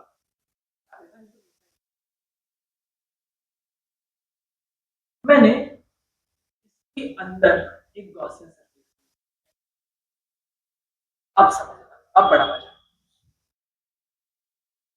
देखो फ्लक्स निकालने का एक तरीका तो E डॉट डी अब फिलहाल के लिए मेरी जो गॉसियन सरफेस है ना वो येलो कलर की है ये वाली तो E एज इट इज आ जाएगा बाहर डी ए क्या हो जाएगा गॉसियन सरफेस का एरिया जीएस क्या हो जाएगा 4 पाई आर स्क्वायर ये तो ठीक है देखो ये इसमें भी सेम और इसमें भी सेम सब में सेम है तो 4 pi r square into 4 pi r square पिछले वाले सब में सेम है इनटू 4 पाई आर स्क्वायर ये बदल नहीं रहा है ना ये वाला गॉसियन सरफेस वाला तो आंसर सेम बट जो खेल है ना अब क्यू एनक्लोज वाला है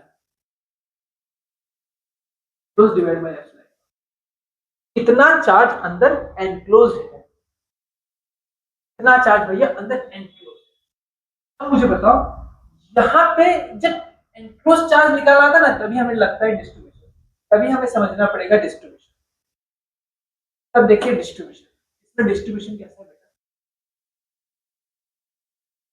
चार्ज इतने वॉल्यूम पूरा चार्ज पूरे वॉल्यूम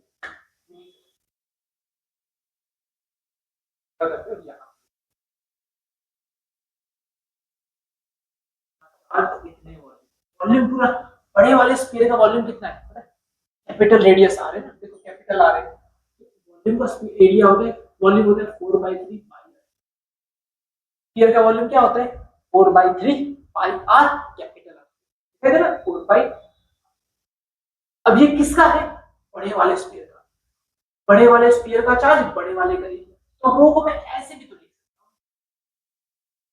सकता हूं वॉल्यूम इसका चार्ज कितना है क्यू इसका वॉल्यूम कितना हो गया 4/3 पाई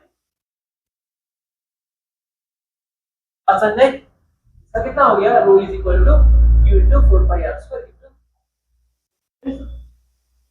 O into 4/3 पाई आर समझ आ गई चाहो तो आप ये सीधा ही इसमें रख दो चाहो तो आप इसको सीधा ही इसमें रख दो rho into 3 pi r cube divide by flux और दूसरा फ्लक्स दोनों को कंपेयर कर लो आंसर आ गया कंपेयर किया जाए देखो this is equal to this क्या कहता है e into 4 pi r square और ये वाला दिस क्या कहता है ये वाला दिस कहता है rho into 4/3 pi r cube divide by क्या क्या कटेगा कर गया आर स्क्वायर से आर स्क्वायर भी कर गया ठीक है ना E इज इक्वल टू क्या बचा रो ऊपर बचा आर नीचे बचा तब E is proportional to r ये बड़ी अच्छी लाइन थी यही लाइन जो इम्पोर्टेंट है क्या E is proportional to r एक बार देख लो स्क्रीनशॉट लेना ले लो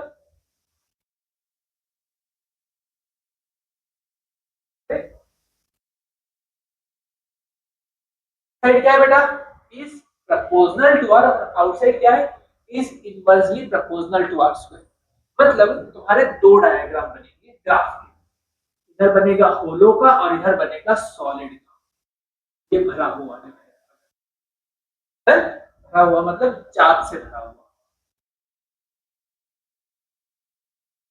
वाला केस आता है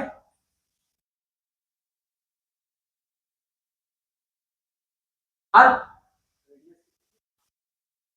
ग्राफ बना दे इसका।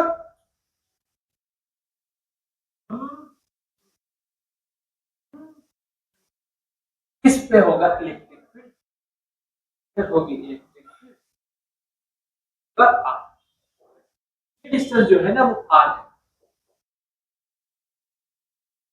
आर इज इक्वल टू जो है r is equal to r. कोई कंफ्यूजन है? ये जो है वो कितना बेटा are is equal to.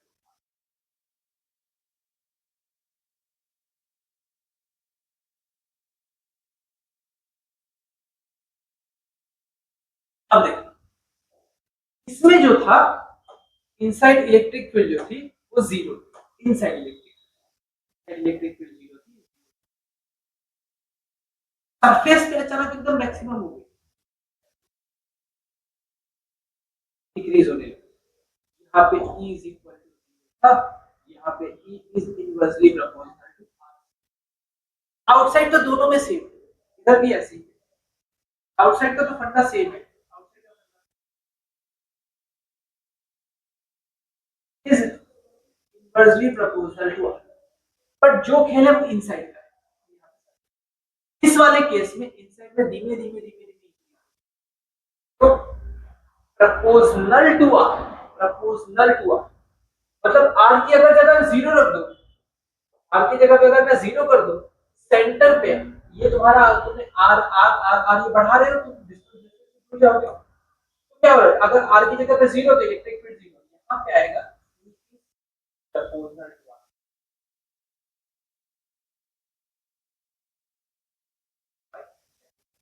Surface में भाई तो क्लियर है, सरफेस पे यहाँ पे ये वाला ग्राफ और यहाँ पे ये वाला ग्राफ आर आया है, ग्राफ दे देंगे है ना, बोलेंगे किसका ग्राफ कौन सा है, या बोलेंगे कि इसका ग्राफ नीचे जितने की तो उसमें से सिलेक्ट करो। क्लियर है? इसी के साथ हमारा ये चैप्टर होता है खत्म।